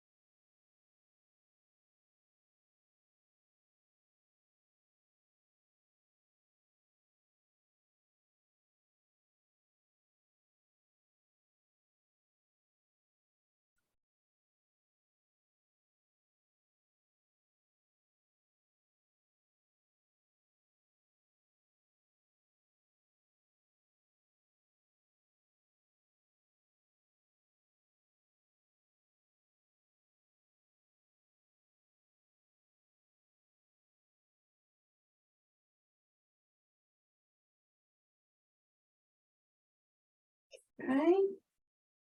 So let's tackle this side next.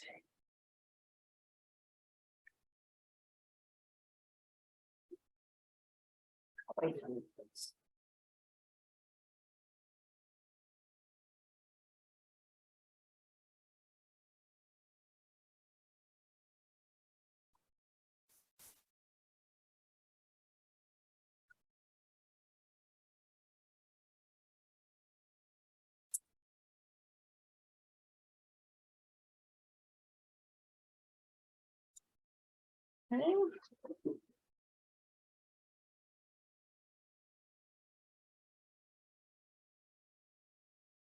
Once again, going for both posts at the same time.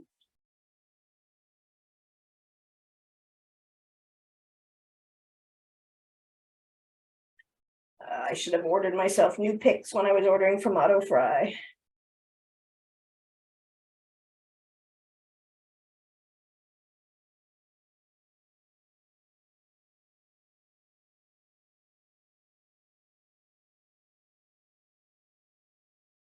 Way too hot in here.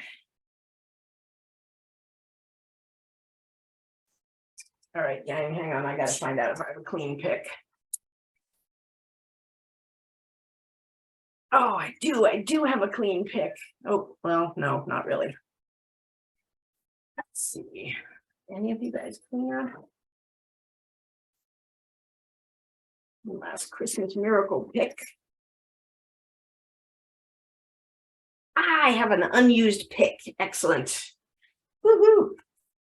Okay, try that again.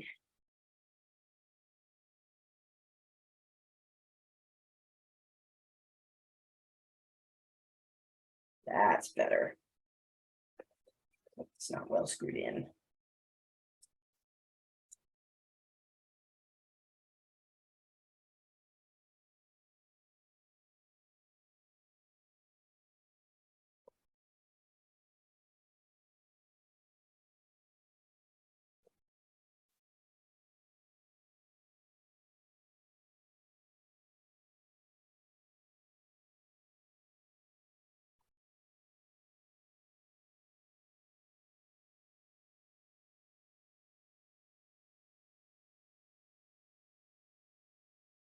Okay, just like with the other one of them started to expand outside of the little slot that we've got, so I'm gonna have to tweak it a smidge.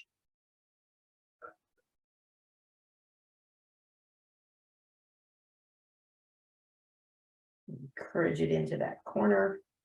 Do a little bit more work on it.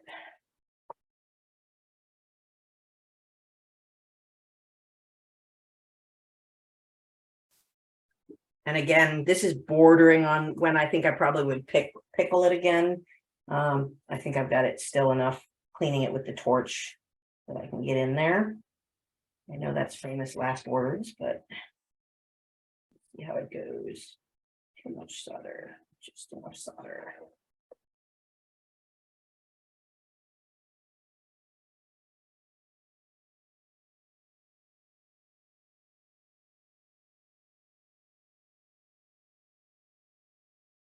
Go. Okay. 3 sides down. Gonna check our fit. Not that there's a heck of a lot we can change right now.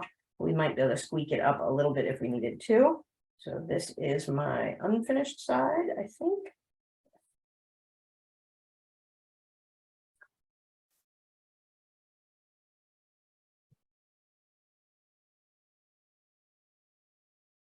Squeak it out a little bit if we can.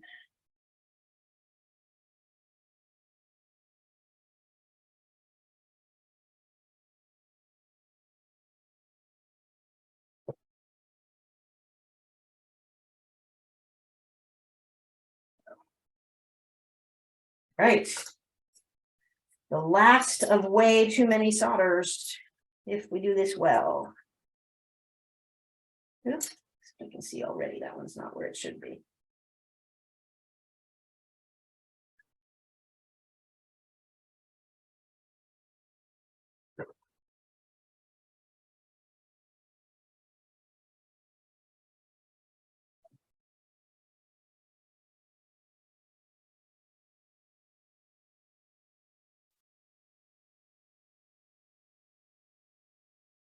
Again, always be cognizant of what you're aiming at on the other side so that you're not overheating one of the other sets of prongs.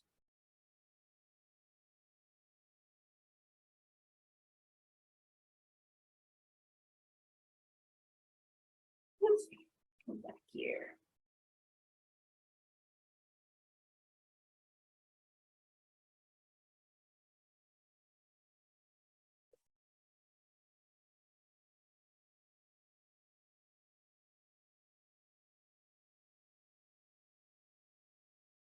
Yep, neither of those got into their slot well enough.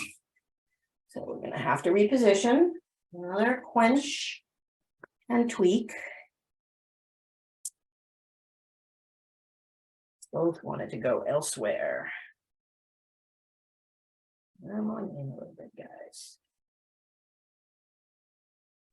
So they So moved this- out of there before the solder flowed, is that? So they moved away from the heat, which meant I was heating the upper part of my prongs a little more than I should have, instead of coming in. So the heat should have drawn them inward, but they just started like leaning away from the slot. Mhm. And so I ended up with my solder blobbed in front of them, but not connecting them. And once again, I want to check that positioning. Devil's So in the what do you details do? on this one. I'm sorry. So what do you do in a situation like that where the blob is I mean, it's not like you can't move the prong into it because it's already soldered there.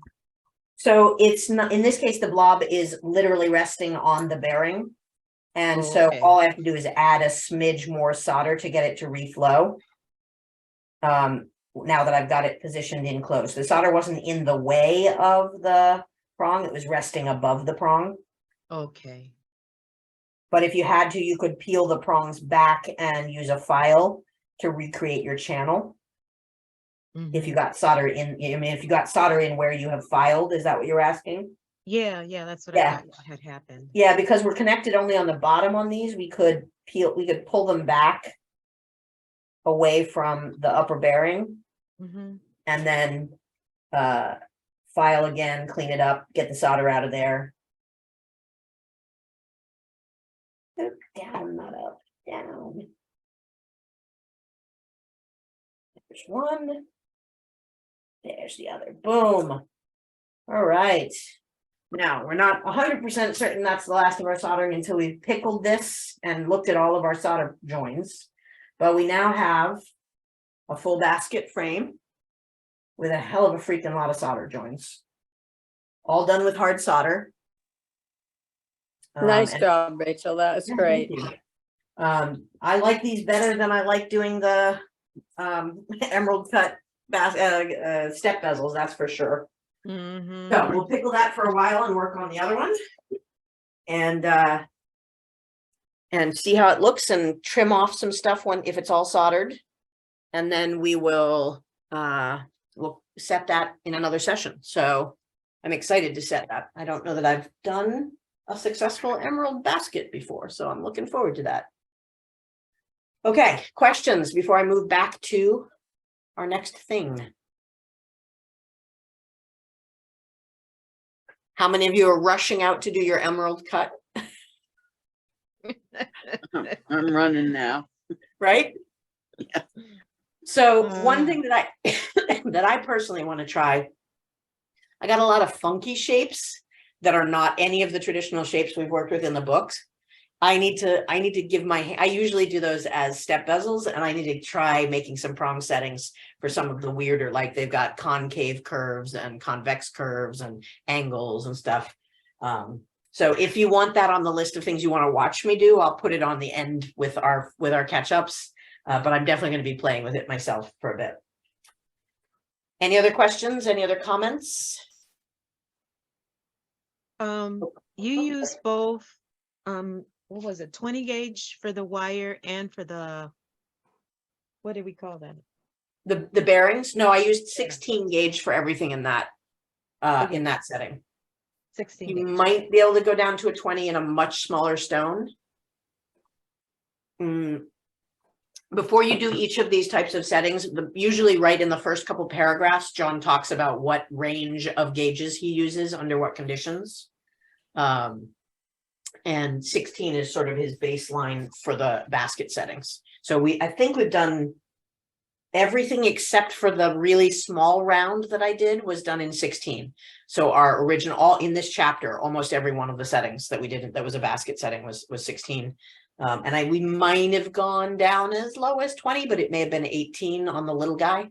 You need, when it gets small, you need enough that you can still actually see between the layers. Is what it really comes down to.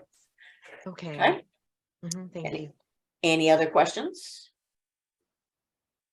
All right, let's talk cut card settings. So our first step on this is going to be to measure the stone, and we're going to map it out. A little bit of whiteboard space so that I got some flat surface for drawing. So as I said, the cabs are considerably easier than the faceted setup, because what we care about most in the cab is first the diameter of the stone, and these are manufactured stones, so they're supposed to be right at that 8. They're a smidge big. Remember, even with round stones, rotate your stone to a couple different points and see where it goes. Like my round is 8.3 at one point and 8.05. So it's close to an 8mm stone. It's just not perfect. So we're going to go with the 8.3. Let's see, do I have anything? Oh, I've got up as high as 8.1. We're going to go with 8.4 as our base measurement. 8.4. And we're going to mark that out. And get my pencil so I can erase things when I make mistakes. So that's my stone's diameter here. Right. And I may want to find center on that, which is going to be for me 4.02.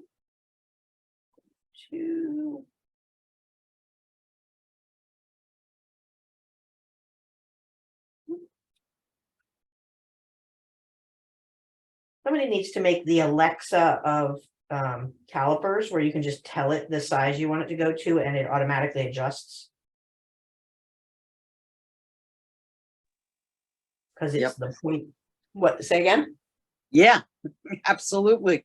Buy that? Do it. Yes. But why so small? So this is, I'm just putting out the stone measurements. And then we're going to build the piece around it. Because this design is built based on what you're doing with the stone. Because our capture for the stone is going to be folding over the top of it. So the height on this is 4.67 at the peak. Oh, okay. So what I'm doing is I'm drawing out the stone, right?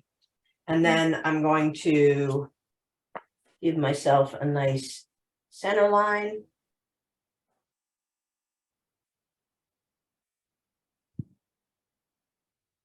Get a straight center line. There we go.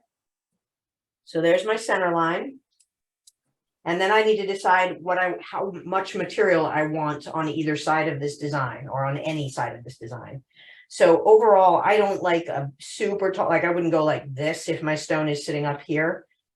I tend to like something sort of proportional. So I probably want my foot to end somewhere around there and do something along those lines. And then I want some extra width that I'm going to work my material on. Right. And I'm going to need to go above this enough that when I cut some material back, it's going to fold over, but I don't need a whole lot. So I can always file down more later. I'm just going to err on the side of just above. And then I'm probably going to do something like this for the side shape. Okay, but I can do a curve in, I can do a curve out. If I want to, I can plan that this is doing this kind of a shape. So that the whole thing is domed. That's kind of interesting. Let's actually do that. I like that. I've done one of the squared up ones. At this point, you would consider where you'd put your bale? Oh, yeah. So the bale question, remember when we're looking at this from a top view, this is going to look like this. Right? So there's not a whole heck of a lot of choices about bale position. It's going to either be on a point or it might be on 2 points and you've created the hex, right? Or you're going to put this onto something and the bale is going to go onto that object. Yeah, the one that I was saying would make a really beautiful pendant by itself is the one that has this profile, where it's a nice big chunky double-ended thing, and then you've got the emerald cut sitting on top of it. That's the one that I thought would be an interesting pendant by itself. And then I'd probably go with either like a moving ring with traditional, something like this kind of bale. My drawing is terrible today, I apologize. That's connected off of this. And your stone's sitting there, and basically we're going to have little notches holding it on. Let me frame that so you can see better what's.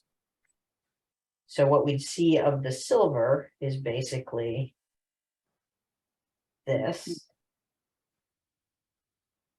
And then this.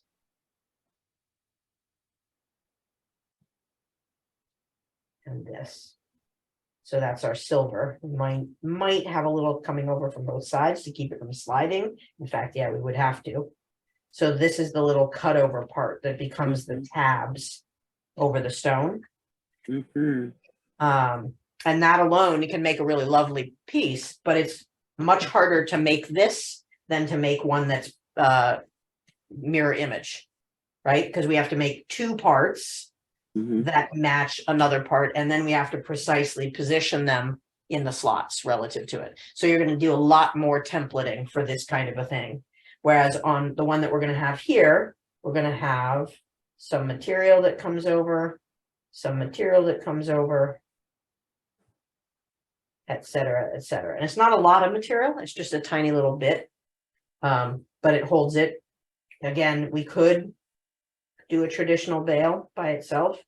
It's just sort of hanging out there, and that might impact the visual. Like this is going to have more material coming from below. If I curve it, it'll look a little bit like this, right? As opposed to a version that I do squared up, or that I do where it's got this kind of a profile.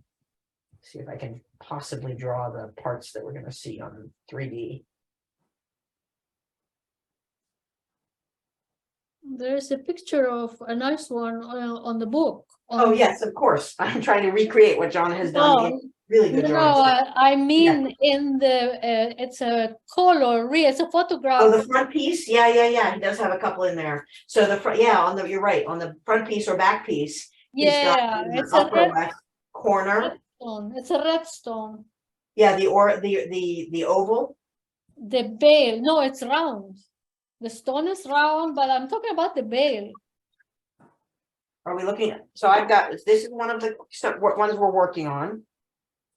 Yeah, but And you then- were just talking about a bale, and I'm talking about the Oh, round one. got Moving it. finger to yeah, there you go. Oh, as a nice bale for it? Yeah. I mean, that's not a card setting, but that No, is, no, I just, yeah. Yeah, nice basic bale. So Mhm. the difference is that we won't have all this material around it. true, that's true. So Which you would one have is it to- then? Can you point to the one that, This is the one we're doing, except we're doing a cabochon, oh, right? okay, yeah, And this is the style that I thought might be a really interesting standalone necklace. Yeah. This and this are the 2 card cuts. okay. I don't think he, What Sure. about the aquamarine to the right of the red cab she pointed out? so this, There. you're right, this, Those are all, and this is cards cut. Yeah, so it does, they just blur in. So these are all card cut. And he doesn't seem to have a Cabochon example of a card cut. And the blue one straight down from the aqua. Yeah, I can't quite see it straight. No, you had it. There you go. Nope, to the left. That one, yep. Huh? Yes, no? So yes, so that's the double card one you were talking about? Yeah, this is the one where you'll have to make a template for this, and you'll make these two together. So you'll make those folded over together and make them mirror images. And then you have to get, the more challenging thing is now cutting the precision match of these two. When we build the one that's perfectly mirrored, we're building our slots on the same line. We're just building one from the top and one from the bottom. On these, it's two from the top and then slots between them. So it gets a little funky, right? I'm not saying don't do one of these. I'm just saying start with something simpler because you'll see we've got a lot of precision work we got to put into this. And he may have more on the cover. I can't remember whether he did different ones on the cover. So I'm thinking that my shape that I'm going to work towards on this one is going to be following the stone. And so when we're looking at it from the top, we'll see it expand out, the legs expand out.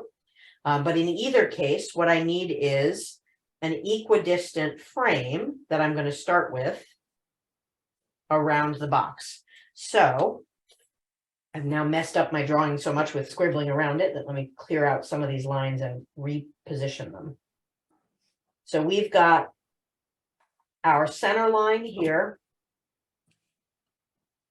And we're going to have an equal amount of distance.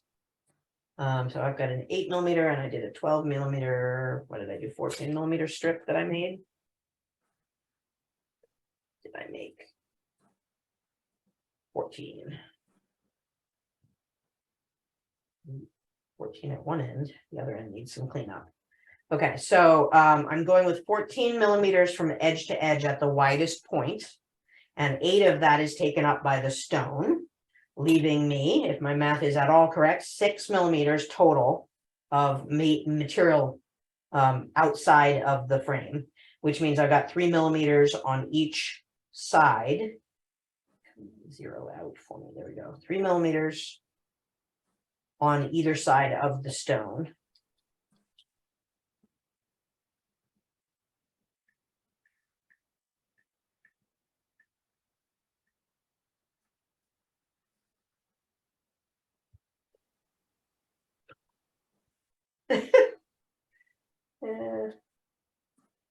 This is again one that we want to be pretty darn precise on. Oh my gosh, come on. There's got to be an easier way. Alexa, change my measurement. I hope none of you have Alexas in your space as you're listening to me. No, you just shut off all the lights in Boston. Nice. Okay, so off the edge of the stone, I'm marking another 3mm to either side. So here and here. And I'm going to give myself a square line to work off of.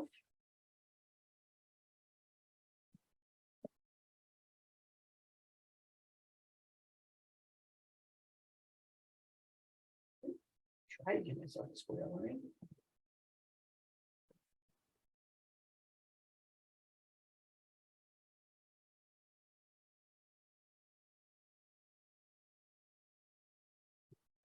So that's below and above by a bit. And I just want to be above the same point. So remember that the mission of this is to fold over at the same point we might fold a prong over. So where the curve of the stone begins, basically, we need to have material pushed over. So my total height, I usually go right to the top of the stone or just above it because I'm going to be sawing and filing away. So that's my top line. And on the bottom, I think I'm going to go, yeah, I want to go a little shorter than that. too short? No, that looks good. Something about there. So what I'm looking for is this square, this not quite square, but rectangle, folded over in my now matching this width material, because I happen to have pre-cut that, so you guys wouldn't have to wait on it. But I want to make sure that I really am consistent in my width. And what I've got, if I start at this end, is I'm at 14. It's 14. But if I get a little further down my material, I'm a little bigger than that. So my two choices are to file it now, or know that I'm going to have to do some careful cleanup after I get it folded over. And it's a little bit tricky to get a clean file on a folded over piece when you haven't got it well squared up to begin with. So I'm going to take a bit off of the end that I know is still a little out of whack.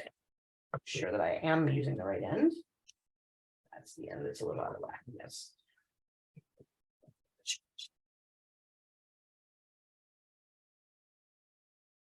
And it's not much that I have to get rid of. I just want to really be nicely matched all the way along this material before I start, if at all possible. 14.4, 4 rather.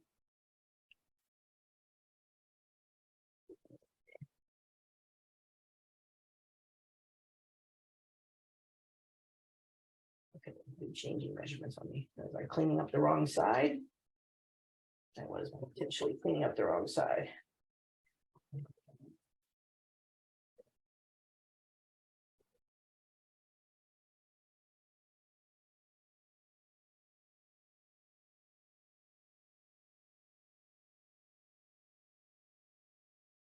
Okay, I'm going to stay with that, even though it's still a little bit out of whack, but I'm going to, that'll give me a little bit to clean up as I go forward.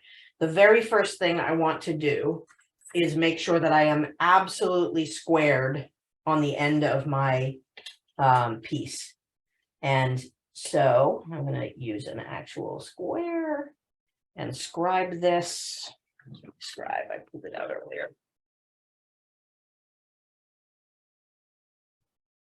And saw or shear if the material is light enough and you have good enough shears. I'm going to shear and then touch up with a file to get my straight edge.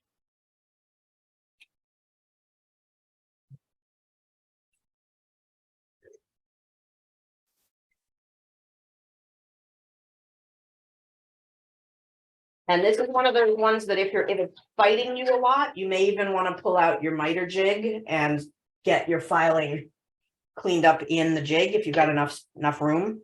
I've actually seen a larger miter jig once and it was huge and unwieldy. But by God, you could get big pieces in there and get them squared up. So if you're working large, that's an option.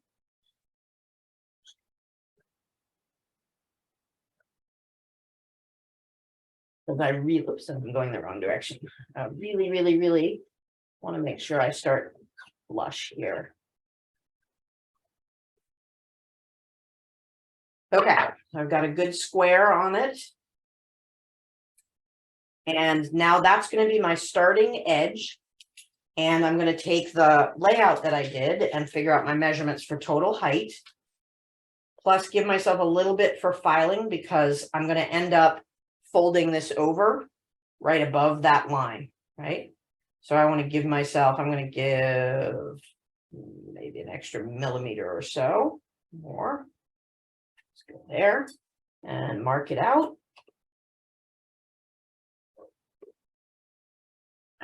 Darker material to see that against.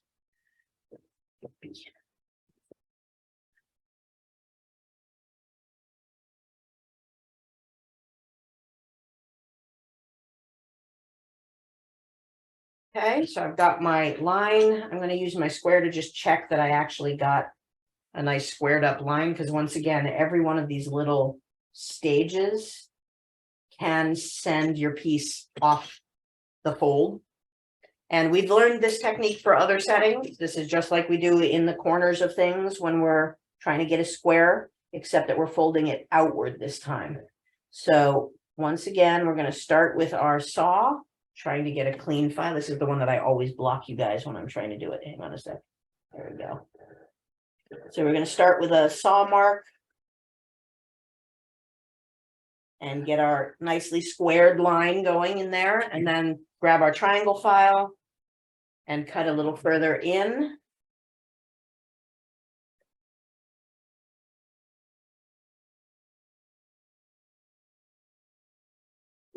Not off center like that though. And remember that as with anything, we often file unevenly. So switch to the other direction and file across from the opposite side. And we're looking to go 2/3 of the way through, give or take.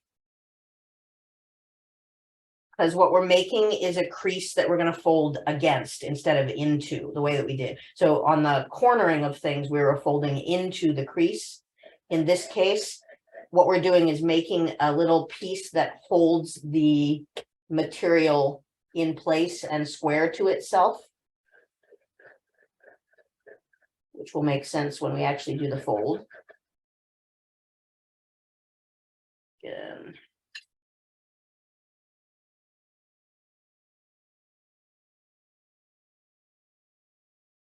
And you'll know pretty quickly if you didn't stay squared up. I'm going to take my parallel jaw pliers. And again, we're not doing the same fold we did on cornering. We're doing the opposite fold. So folding away against, so my cut is up, is facing up. And my goal is to get these two pieces flat down to each other. So once I've got it roughly bent, I'm going to take a mallet to it. And encourage it further. And watch it. If it's going way out of line, like I've got a little bit of out of alignment, you can sort of correct before you get fully closed. If it's just a small misalignment. To actually go to a regular mallet. Where's my? Reminds me of a box clasp. Pardon? Yeah, it's the same as a box clasp, except that we would never put a cut in there because that's our weak spot. So in terms of needing to line it up, yes, it's very much like the tongue of a box clasp. So what I'm doing is realigning it a little bit because it was forking to one side. And it still has a little smidge, but I have a little room to sand and file.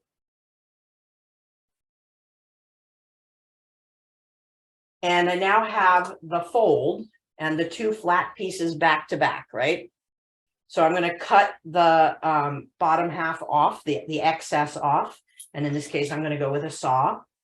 And this is one of the projects where you sort of have to think about which saw blade you're using, because we normally, like I would normally just go to a 2/0 for work on 20 gauge, but we're going to actually be doing a lot of our work on double 20 gauge. In this case, I'm going through just one layer of it. So if you're fighting the sawing a whole lot, you may want to go to a heavier gauge saw blade, or if it's taking forever, go to a heavier gauge saw blade. But if you just want to go slow and steady wins the race, a 2/0 is just going to be a little bit slower when it's going through two pieces than when it's going through one. Okay, so I now have a piece that needs a little trimming up. I've got a little excess. And once again, the more precise we are at this stage of the game, the happier we'll be with our end result. So I'm taking down the excess on the bottom edge.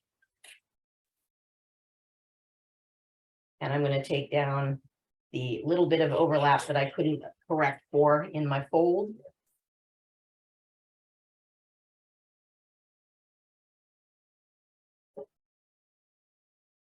As a reminder, if you're having a hard time telling if you've got the filing done fully, a good trick is to just take your Sharpie and run it along the material you're filing, get it blackened, and do a little more filing, and it should be all gone consistently. If you have a place where it's not lower, then you know that one side still needs work. I've got a little smidge in the corner.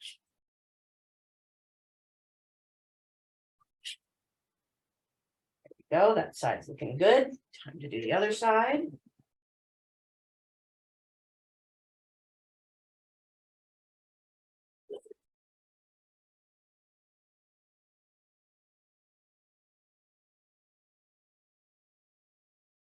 Okay, and we're gonna want to check our square all the way around this to see how we're doing.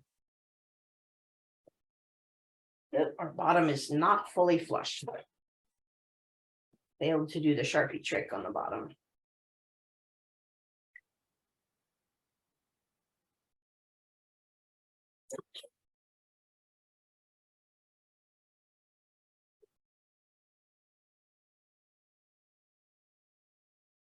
Okay, looking good. Could you show me your square? This 'Cause- square? No, just how you were doing it, because your head was in the way. I just Oh, wanted to sorry. see. So this is a square that's only useful every once in a while when I'm literally trying to look at a piece as square. Otherwise, I like one that has a little lip to it so that I can put it against the metal. And I've been looking for one like this for a while. And when I was complaining that I couldn't find one just like I liked, somebody said, have you ever taken apart one of the caliper gauges? And that's what's left. And it's perfect, perfect, perfect. And you can find these in junk stores all over the place. So normally this has a slider on it to be a caliper, but it's a great square. And this one, I think somebody machined and gave it to me. It's got somebody's maker's mark. So I might have gotten it in a collection of tools that I was given. So we're looking pretty good all the way around. All right, so now that I have a well lined up piece, now I need to take that design that I was marking out, which is here, and I need to put it onto the plate, right? Because all my work is going to be on this plate with the fold at the top. We're working that as the top. The stone is going to be sitting this way. And then this is going to become the base. And what we've got here are the two cards that will be slotted. One of them will be slotted on the bottom. So we're going to have a cut like this, little mark. We're going to have whatever detailing we're doing, and we're going to have a cut part way up on that one.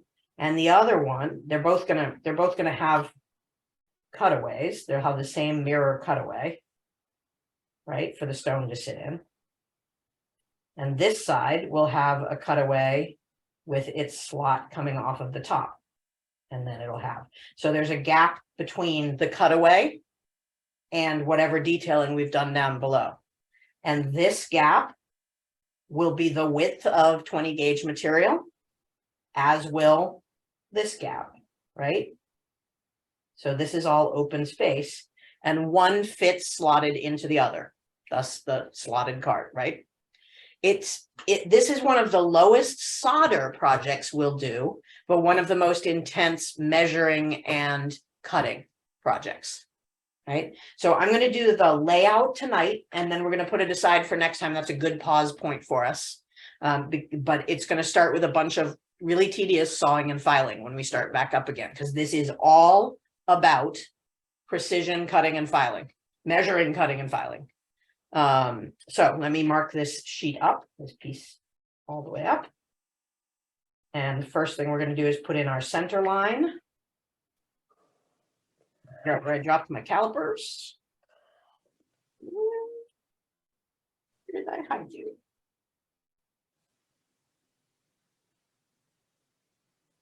Really? I think I moved from this bench. Oh, they're buried under hammers. All right, so I'm taking my width of the piece, which did come out pretty darn close to that 14 that I wanted, and having it.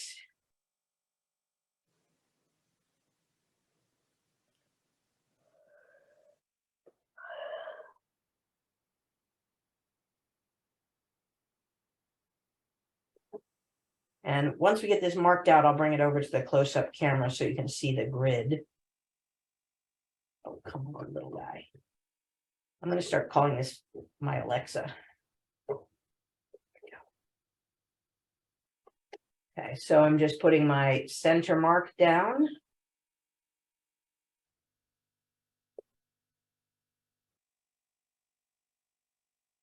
I like to do it from both sides in case my measurement is not exact enough. I get to go between the two lines I've created, but this is actually pretty well measured. Okay, and then I need to do the height of my stone. I need to at least have a line across where the stone is going to rest. Right, so my stone height was, what's my stone height?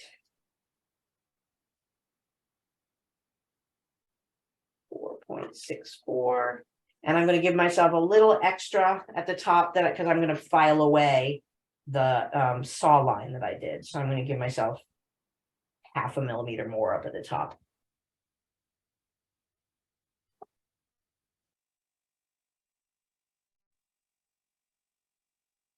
Okay, and then my stone diameter should be the 8, but is not quite. 8.04 we said. And on this one, I would err on the side of a little too narrow, because you can always file away after you've got it rough cut. But if you make it too wide, the stone is going to flicker around in there. It's going to wobble around, and this is a fairly tight fitting setting that we want. Oh, except that I need to do off of my center point, so I need to do half that. So 4.1 or 2 for me.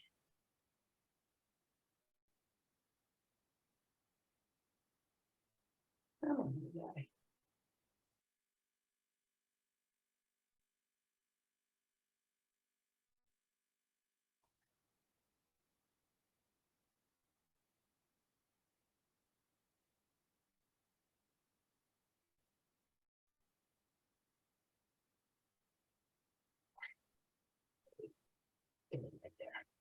Right, so I'm just marking from my center where I hit on either side.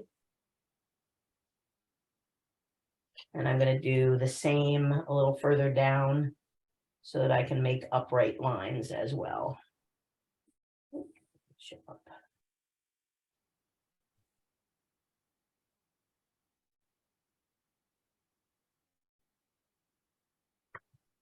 And I'm going to make a score mark on that point, squared up.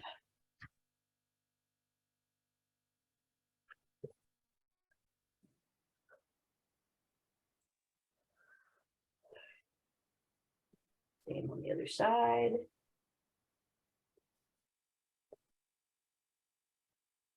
Okay, so what I have now on this grid, I'm hoping that shows a little bit on camera for you guys, is the place where my stone will sit, which is right in here.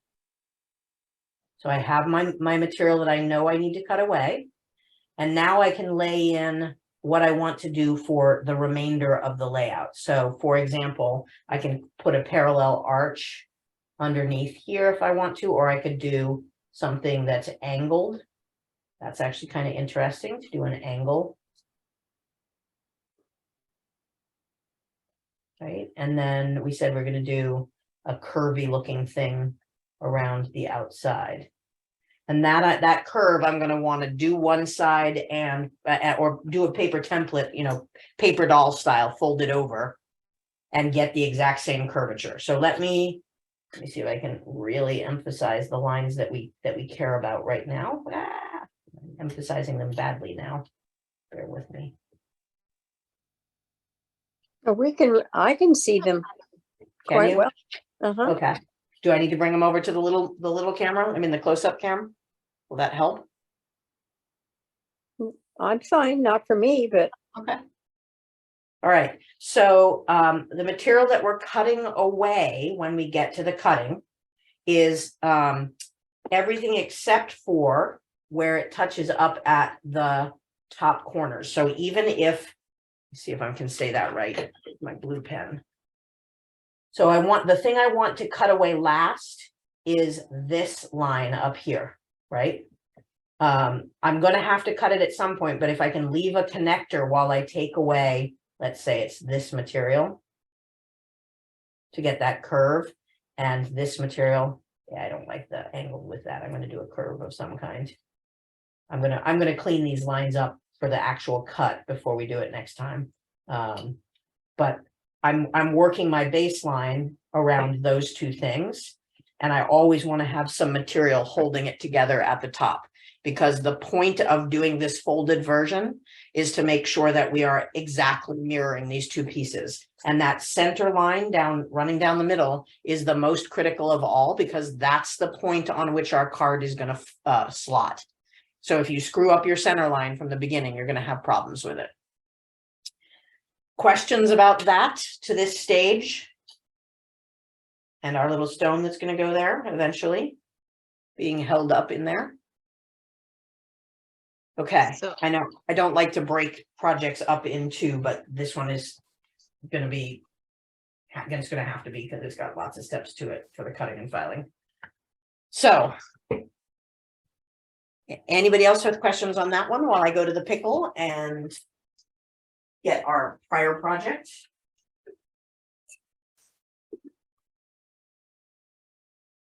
It's a big switch between the basket setting and that type of setting. Even though technically they're both prong settings, which is what this chapter is all about. So they're cool, they're related, they're cousins at least. All right, we have a cleaned up prong setting. The first thing I'm going to do is inspect it carefully for any not well soldered points, because I had one that was problematic that I wanted to make sure it reflowed, and it looks like it did. So we're well soldered. I am now comfortable trimming away the base stems so that we can see how it sits roughly.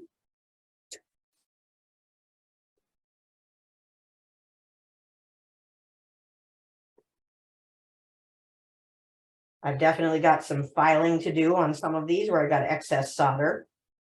But there we've got a basic emerald setting. Let's see how it looks with a stone in it. And there was one direction that it looked better than the other. Let's see. Oh, I've got to straighten out some of my prongs because they got a little wonky.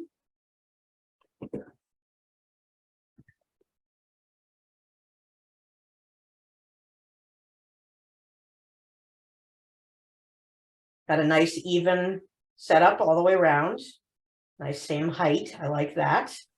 That is one of my challenges, is getting that consistent.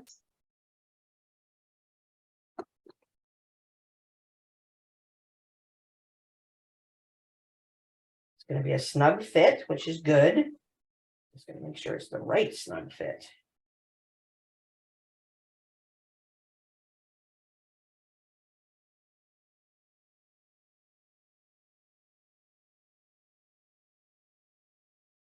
A little snugger than I expected. That may be because I haven't pulled these back enough.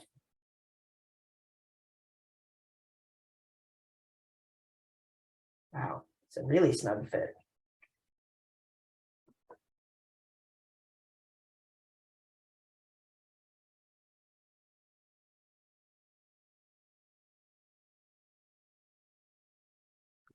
I may have shortened the overall setting. I may have gone too far in putting it underneath. Oh my goodness, I may have. This may not fit this stone, gang. Oh, no.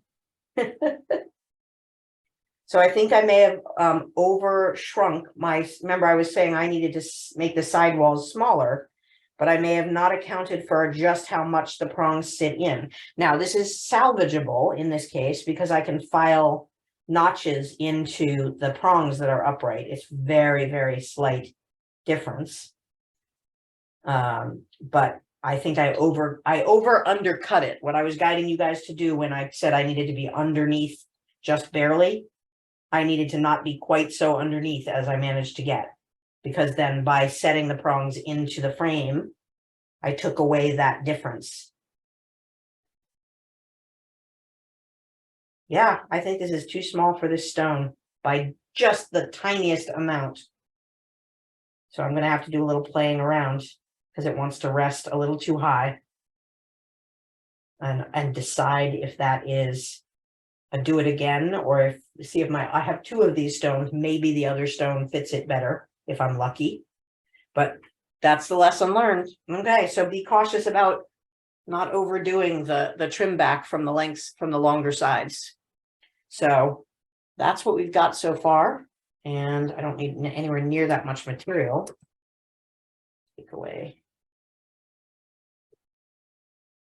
more so we can see it a little bit closer to its real final state.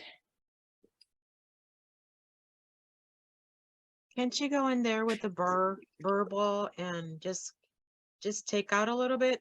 Yeah, that's what I'm saying. I might be able to put a notch right at the edge of each that takes just enough away because it is super, super close. Maybe even closer one direction than the other. Or it could just be the amount of solder I've got in there, could be jamming it up. It's that close. But that is a good lesson learned, is I've overdone it. Yeah. All right. Well, success in that we made one that looks like a basket setting today. Not success in that it doesn't fit. Technically, I could stretch this, but it would put some weird marks into the basket, so I'd rather not. I don't think there's any way to keep it looking clean. Unless I did such a precise job with my stretch being exactly in the same spot that it was an intentional decorative element of squeeze. Or I put some fancy little swirly gig there in between. That's something that on the higher end versions of these, you'll see people will, for example, do these out of platinum, and then they'll use a yellow gold scroll work and set it between the two bars. I'm nowhere near trying those kinds of things. That is not anywhere near in my future. But there we go, gang. Now you've learned my lesson the hard way, which is measure more like what John said and what Rachel said. That's what it comes down to. There's an Well, in we gotta- between. Pardon? Yeah, right There's in gotta be between. an in between. Yeah, it's the exact size of it that makes it not sit well when I was doing it too large when I was following John's directions exactly. Now I'm doing it a little smidge too small. So that's going to be, I'm going to have to do a bunch more to figure out what the exact just right Goldilocks amount is of sizing differential. And it's probably mathematically half the diameter of the round prongs is probably what we need, because that's the difference, is these prongs are halfway in to the basket frame, setting it off by a little bit. Can you make it go from round wire to domed wire? You can Rather absolutely do these with half round wire. You know, you can do Yeah, half but round, you can do square. I meant now that you're Oh. into far. So what I think I'll try, so first thing I'm going to try is grabbing the other one of these two stones and seeing if it's just small enough. Because that's also a possibility. I may have managed to switch my stones between doing the first one a session ago and doing the second one. So I'll check that. If that doesn't work, then I'll probably take a small file and flatten right at the corners of each of the wires, and see if that is enough to get me in there. And if it's not, I might say to heck with it. I gotta either make a new one or stretch this one. So I might as well see if I can cleverly stretch just so we get that experience. But yeah, that's where I am. I've got a nice basket for not this stone. We learn the lessons we learn. It didn't melt. It didn't melt. It didn't melt. It is, I can say definitively, this is the best setting I've ever made in a basket setting for an emerald cut stone to date. So I'm going to go with that. is a nice. It What looks about great. removing from the stone? I mean, is it Oh. the difference? So yeah, if I were a stone cutter, I might be able to that is an additional solution. But remember that our proportions have been made relative to the cuts of the stone. So the only thing I could really do is take some off of each small corner, and then they would be wider, and then the points would be beyond the prong that's supposed to be supporting it. So it's this little dance. It's one of the reasons I hate these cuts, is there's so many variables to each thing. Your precision has to be way more precise than we all know that I tend to do on a daily basis. I embrace my chaos and imprecision as much as possible. We So- embrace you, don't worry. Yes, of Yes. course. You showed us the other ones. They were really bad for you. Remember? You Oh, yeah, started and you like, for- yeah. Yep, for the when I was doing the baskets, I mean the step bezel, I still haven't gotten one that I like out of the basket for an emerald cut. It's just my nemesis, and I just have to keep fighting it. And it would help if I didn't always buy really beautiful stones in emerald cut that I don't want to like. I've got a, what is it when is it ametrine when it's citrine and amethyst together? I have an ametrine that has carvings in the back of it that I've held on to for 10 years. I'm not setting that until I've done at least 5 perfectly fitted versions of these, maybe 50 perfectly fitted. So I love Wow. the stone as a beautiful cut. I just hate working with it. Mhm. Anybody got anything for show and tell this week before we go off to our respective holiday festivities? If we have holiday festivities, or like me, chilling out in the studio for a few days of delightful not holiday stuff. Anyone?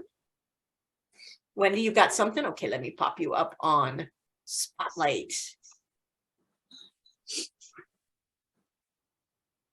Ooh, Let me see. Mm. I can't see. center them a little bit more. Wowza, that's some Those funky are settings. you got. beautiful. That's Are those nice. drilled? So your It's a, bottom. it's a saddle hinge. So the That's fabulous. project was to do a saddle hinge Yep. and to set it in gold and to do a safety catch on it. Oh, beautiful. Fantastic. Did Okay, you so the blacken up is that? the whole settings gold or just the upper frame of the upper piece? It's just the upper frame of the bezel. Yeah. Just the top part of it is Gorgeous. gold. Stunning. Really Thank nice, you. Wendy. Yes. Wow. And so Nice. your saddle hinge, remind me, is the saddle hinge the one that has a ball joint or the one that has 2 heavy gauge? Is it sheet material, but for the hinging? No, it's gold wire. Let's see, Yep. there's a pin going through there Yep. and a pin going through there. Is the pin on the hinge point going through tubing or going through sheet metal that you've created into? Sheet metal. I understand what is, you're saying. okay. Yeah, sheet metal that you've Cool. sawed out. Thank you. Fabulous. And then let me see your safety catch, please. Okay, let's see here. Centered on your camera. Just I'm trying to center it in my fingers first. So there we now it's on the wrong side. Okay, flip it around. So the little Nice. hinge goes Yep. right there. And so that's sheet metal too on the bottom, huh? The little catch. That's lovely. Mhm. Super. That's really nice. It's Yeah. gorgeous. Beautifully And is done. that Alex- turquoise? Is it You do turquoise? have my address for mailing, don't you, Wendy? Wait, Wendy, did you oxidize that? That looks very dark. Oxidized twice, Oh, wow, that's really nice. scrubbing it in between really well, Oh, and then the baking soda. This was Alex Boyd out of Metalworks. Nice. Uh-huh. Oh, You know wow. him? So that was a fun class, a Fantastic. challenge. So Yeah. it's gonna So go to was my he- daughter. Oh, good. Good. Was he, so you did it in person? It wasn't a virtual class? No, it was virtual. Oh, it was. Okay. I thought you said you did it with your daughter or you saw your daughter? It's going to my daughter. Oh, they're going to your daughter. Got it. Sorry, I missed the first word of that. That's wonderful. Those are spectacular. Did he also Oh, well, teach thank his you. stone in stone setting as part of that? Did you learn he does a particular technique for his stone in stone? no, his That's- uncle. Oh, there's 2 His uncle boys? does it. Yeah. Right. Yeah, Michael and Alex. Oh, Michael's the uncle and he does the stone on stone. got it. Yeah. All this time I've been looking at their work as a collective. Okay, good to know. But And they then- both teach at Metalworks, right? Yeah. Yes. Yeah. And they're okay. both coming to Southern California in May and June. For Silvera or for Actually, Southern- it's the loft. The loft, yeah, the loft. With Nolene. And you know, if I Anaheim. may say something, Now Yeah. that I took this class in his studio, in Colorado, I think it's like a world apart taking it in somebody else's studio, but that's my opinion. I mean, I don't know. You enjoyed it more or less in person? More, by far, more.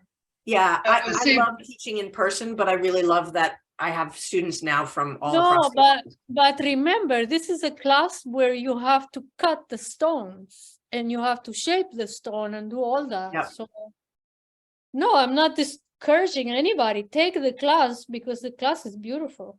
Yeah, Yeah. And Alex is good to look at, whether it's virtually or in person. And he's. Oh, and he's yeah, just He's just the cutest kid. so- so Yeah, funny, he's yes. cute. He's cute. Yeah. anybody else have stuff to show? I Uh, do. All right. hang on, Oh, let me let's, get oh ready. yeah, she has a ring. Is that the one you posted? Yeah, but I It's- kind of want to show you both of my hands, everything that I've done for the whole year. Cool. okay. That's a good way to wrap our year. Oh, Holy cow. Oh, no way. Oh my Wow. God. Okay, I want a picture of that. That's That's You have somebody in your beautiful. house Now remember, when I started, I did not do gem setting at all. It's at all. You had beautiful. never set a gosh. stone? Oh my Ne- gosh. I've done cabochons, but not gems. Faceted. That's Faceted, amazing. Wonderful. I That's need a very picture nice. of your hands just like that with your face, if you're willing, so that I can put it up at the top of our group. And her And the earrings. earrings. Remember, yeah. And the the earrings, earrings right. too. Reverse Oh, yeah, setting. Wow.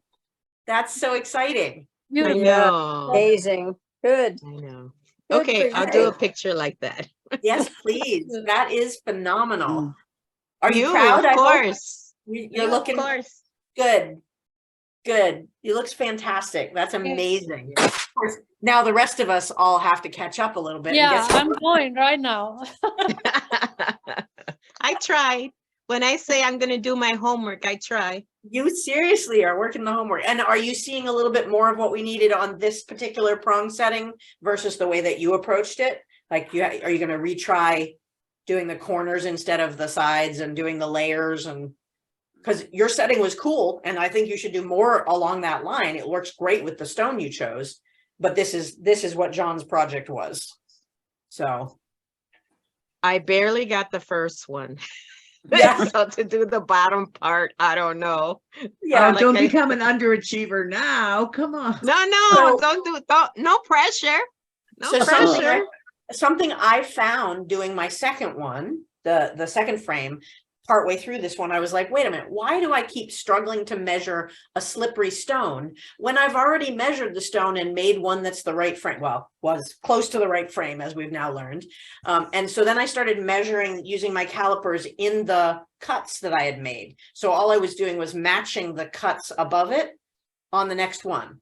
And that made it go way faster, and it was easier to measure because there was this is definitively my edge to edge and my calipers fit in it, instead of, wait a minute, am I squiggling a little bit off my stone because it's slippery? And so that made a difference. That might help you make your second one a little faster. Match it to the one that was made. I don't know, between doing the rod, like the book, and not doing the rod. I mean, it's so drastically different. It's very, very fiddly.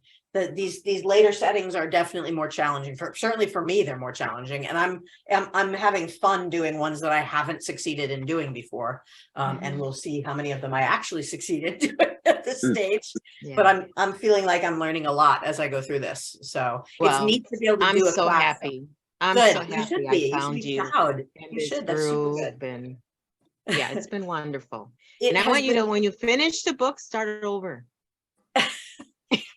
So this is a lot of time on top. Like I always am know. rushing out of my day job in order to get set up for you guys. And I frankly get pretty stressed if I haven't prepped at least a little bit. But what I might do is have like once a quarter open studio, get on and just talk to each other and Zoomy stuff. Just so that we can keep going with it, because it's nifty to see. And I think that what I did was I scheduled the Bezels Less Ordinary class this time for about when I think we'll finish the book, because the rest of the chapters are 2 to 3 settings each, and they're gonna they're going to go by like nothing. So I'm betting we'll be done midsummer at the rate we're going. Are you gonna have a materials list? Like I want to have the materials, and everything is so expensive, but I want to slowly get the materials to be ready for, like, I want to take the box one, the shadow one. The I think box that's ones. the Which Hollow? one do you- hollow, Hollow Hollow Oh, form. the forms? hollow forms? the hollow Yeah, forms. yeah. So those of you that have taken my full-on classes can attest to the fact that I give you incredibly detailed lists of materials and shopping. And what I Yes, also we try to do. do is say, here are the tools that you can get away not having, and here are some alternates you can use. So yeah, if you might actually be able to see, if you go digging, you can see the registration from past sessions, maybe on my website. I'm not sure if it if it falls off or not, but then there's a link to the materials list for hollow forms on whatever the last hollow forms registration was. What gauge should I stock up on? What kind of sheet metal gauge? I tend to work in 22 gauge, but there's exceptions to that. A lot of people like to work heavier in 20 gauge, depends on how big you're working. But we can, I can send you the list. If you drop me an email reminding me, if it's not up on the website, I can send you the list. That list is not likely to change. The clasps list changes depending on which clasps I'm doing on that year's session. So, I just want to say, gang, this has been a great year. This has been wonderful to have you all on board, and I'm looking forward to concluding the book in the upcoming year. It's been super helpful to me, and it's been both an emotional and an intellectual stretch, in addition to a technical one for me, because I am used to not teaching things until I'm expert at them. And it's a really uncomfortable space to have gone into. I went into it very hesitant. And it's super cool to be able to be like, I'm putting out to the world on video that I'm not succeeding in everything I do. And that's a scary place to be, but it's been a really educational one. So thank you for taking the journey with me, even though I'm making mistakes, or maybe because I'm making mistakes. I'm not planning on putting out any blooper reels for you, but Thank you for offering. It makes us feel great. good. Thank you for offering. Really, Thank you you. learn more when you can see that Mhm. somebody who has experienced can also, have a hard time once in a while, because I Yeah. know some of my students think that they're just going to get up, once they learn to make a bezel, they'll be able to bezel everything, so, it's really greatly appreciated. Yeah, It really is. Yes. Good. I thank you so very much, really. Yeah, I'm enjoying the process. Did anybody else have anything else they wanted to show? I realized we all got so blinged out with Carmen's. She flushed me. That's it. The pressure's on. I'm gonna have to work through the holidays. No, I am going to work through the holidays because I don't want to go anywhere. I don't want to do anything. I want to be in my studio. That's what I'm looking forward to. I have a bunch of, so I'm hopefully my electrical work is going to get set up after. I've got a bunch I've got to get done in the studio, but the electrical work getting set up, and then maybe I'll have access to my kiln so I can get back to enameling, which I haven't done in a while. I want to go back to doing some cloisonne. And I got a couple projects I've got to get finished in order to get photographed for next year's shows. But otherwise, I'm trying to fit in some playtime for just me. So Mhm. Sounds Well, good. thank you so much. Sure thing, I gang. really look Bye. forward to Happy it holidays every to single everybody. month. happy Yes. holidays to Yeah. all. Whatever you Great celebrate. holiday. Happy holidays. And I'll see you on the 4th on our 1-year anniversary. Oh, wow. Hey. Bye, gang. Bye. Thank you. Thank you. Let's have a happy new year. Happy New Happy Year. New Happy Year. Yes, New Happy New Year. Year.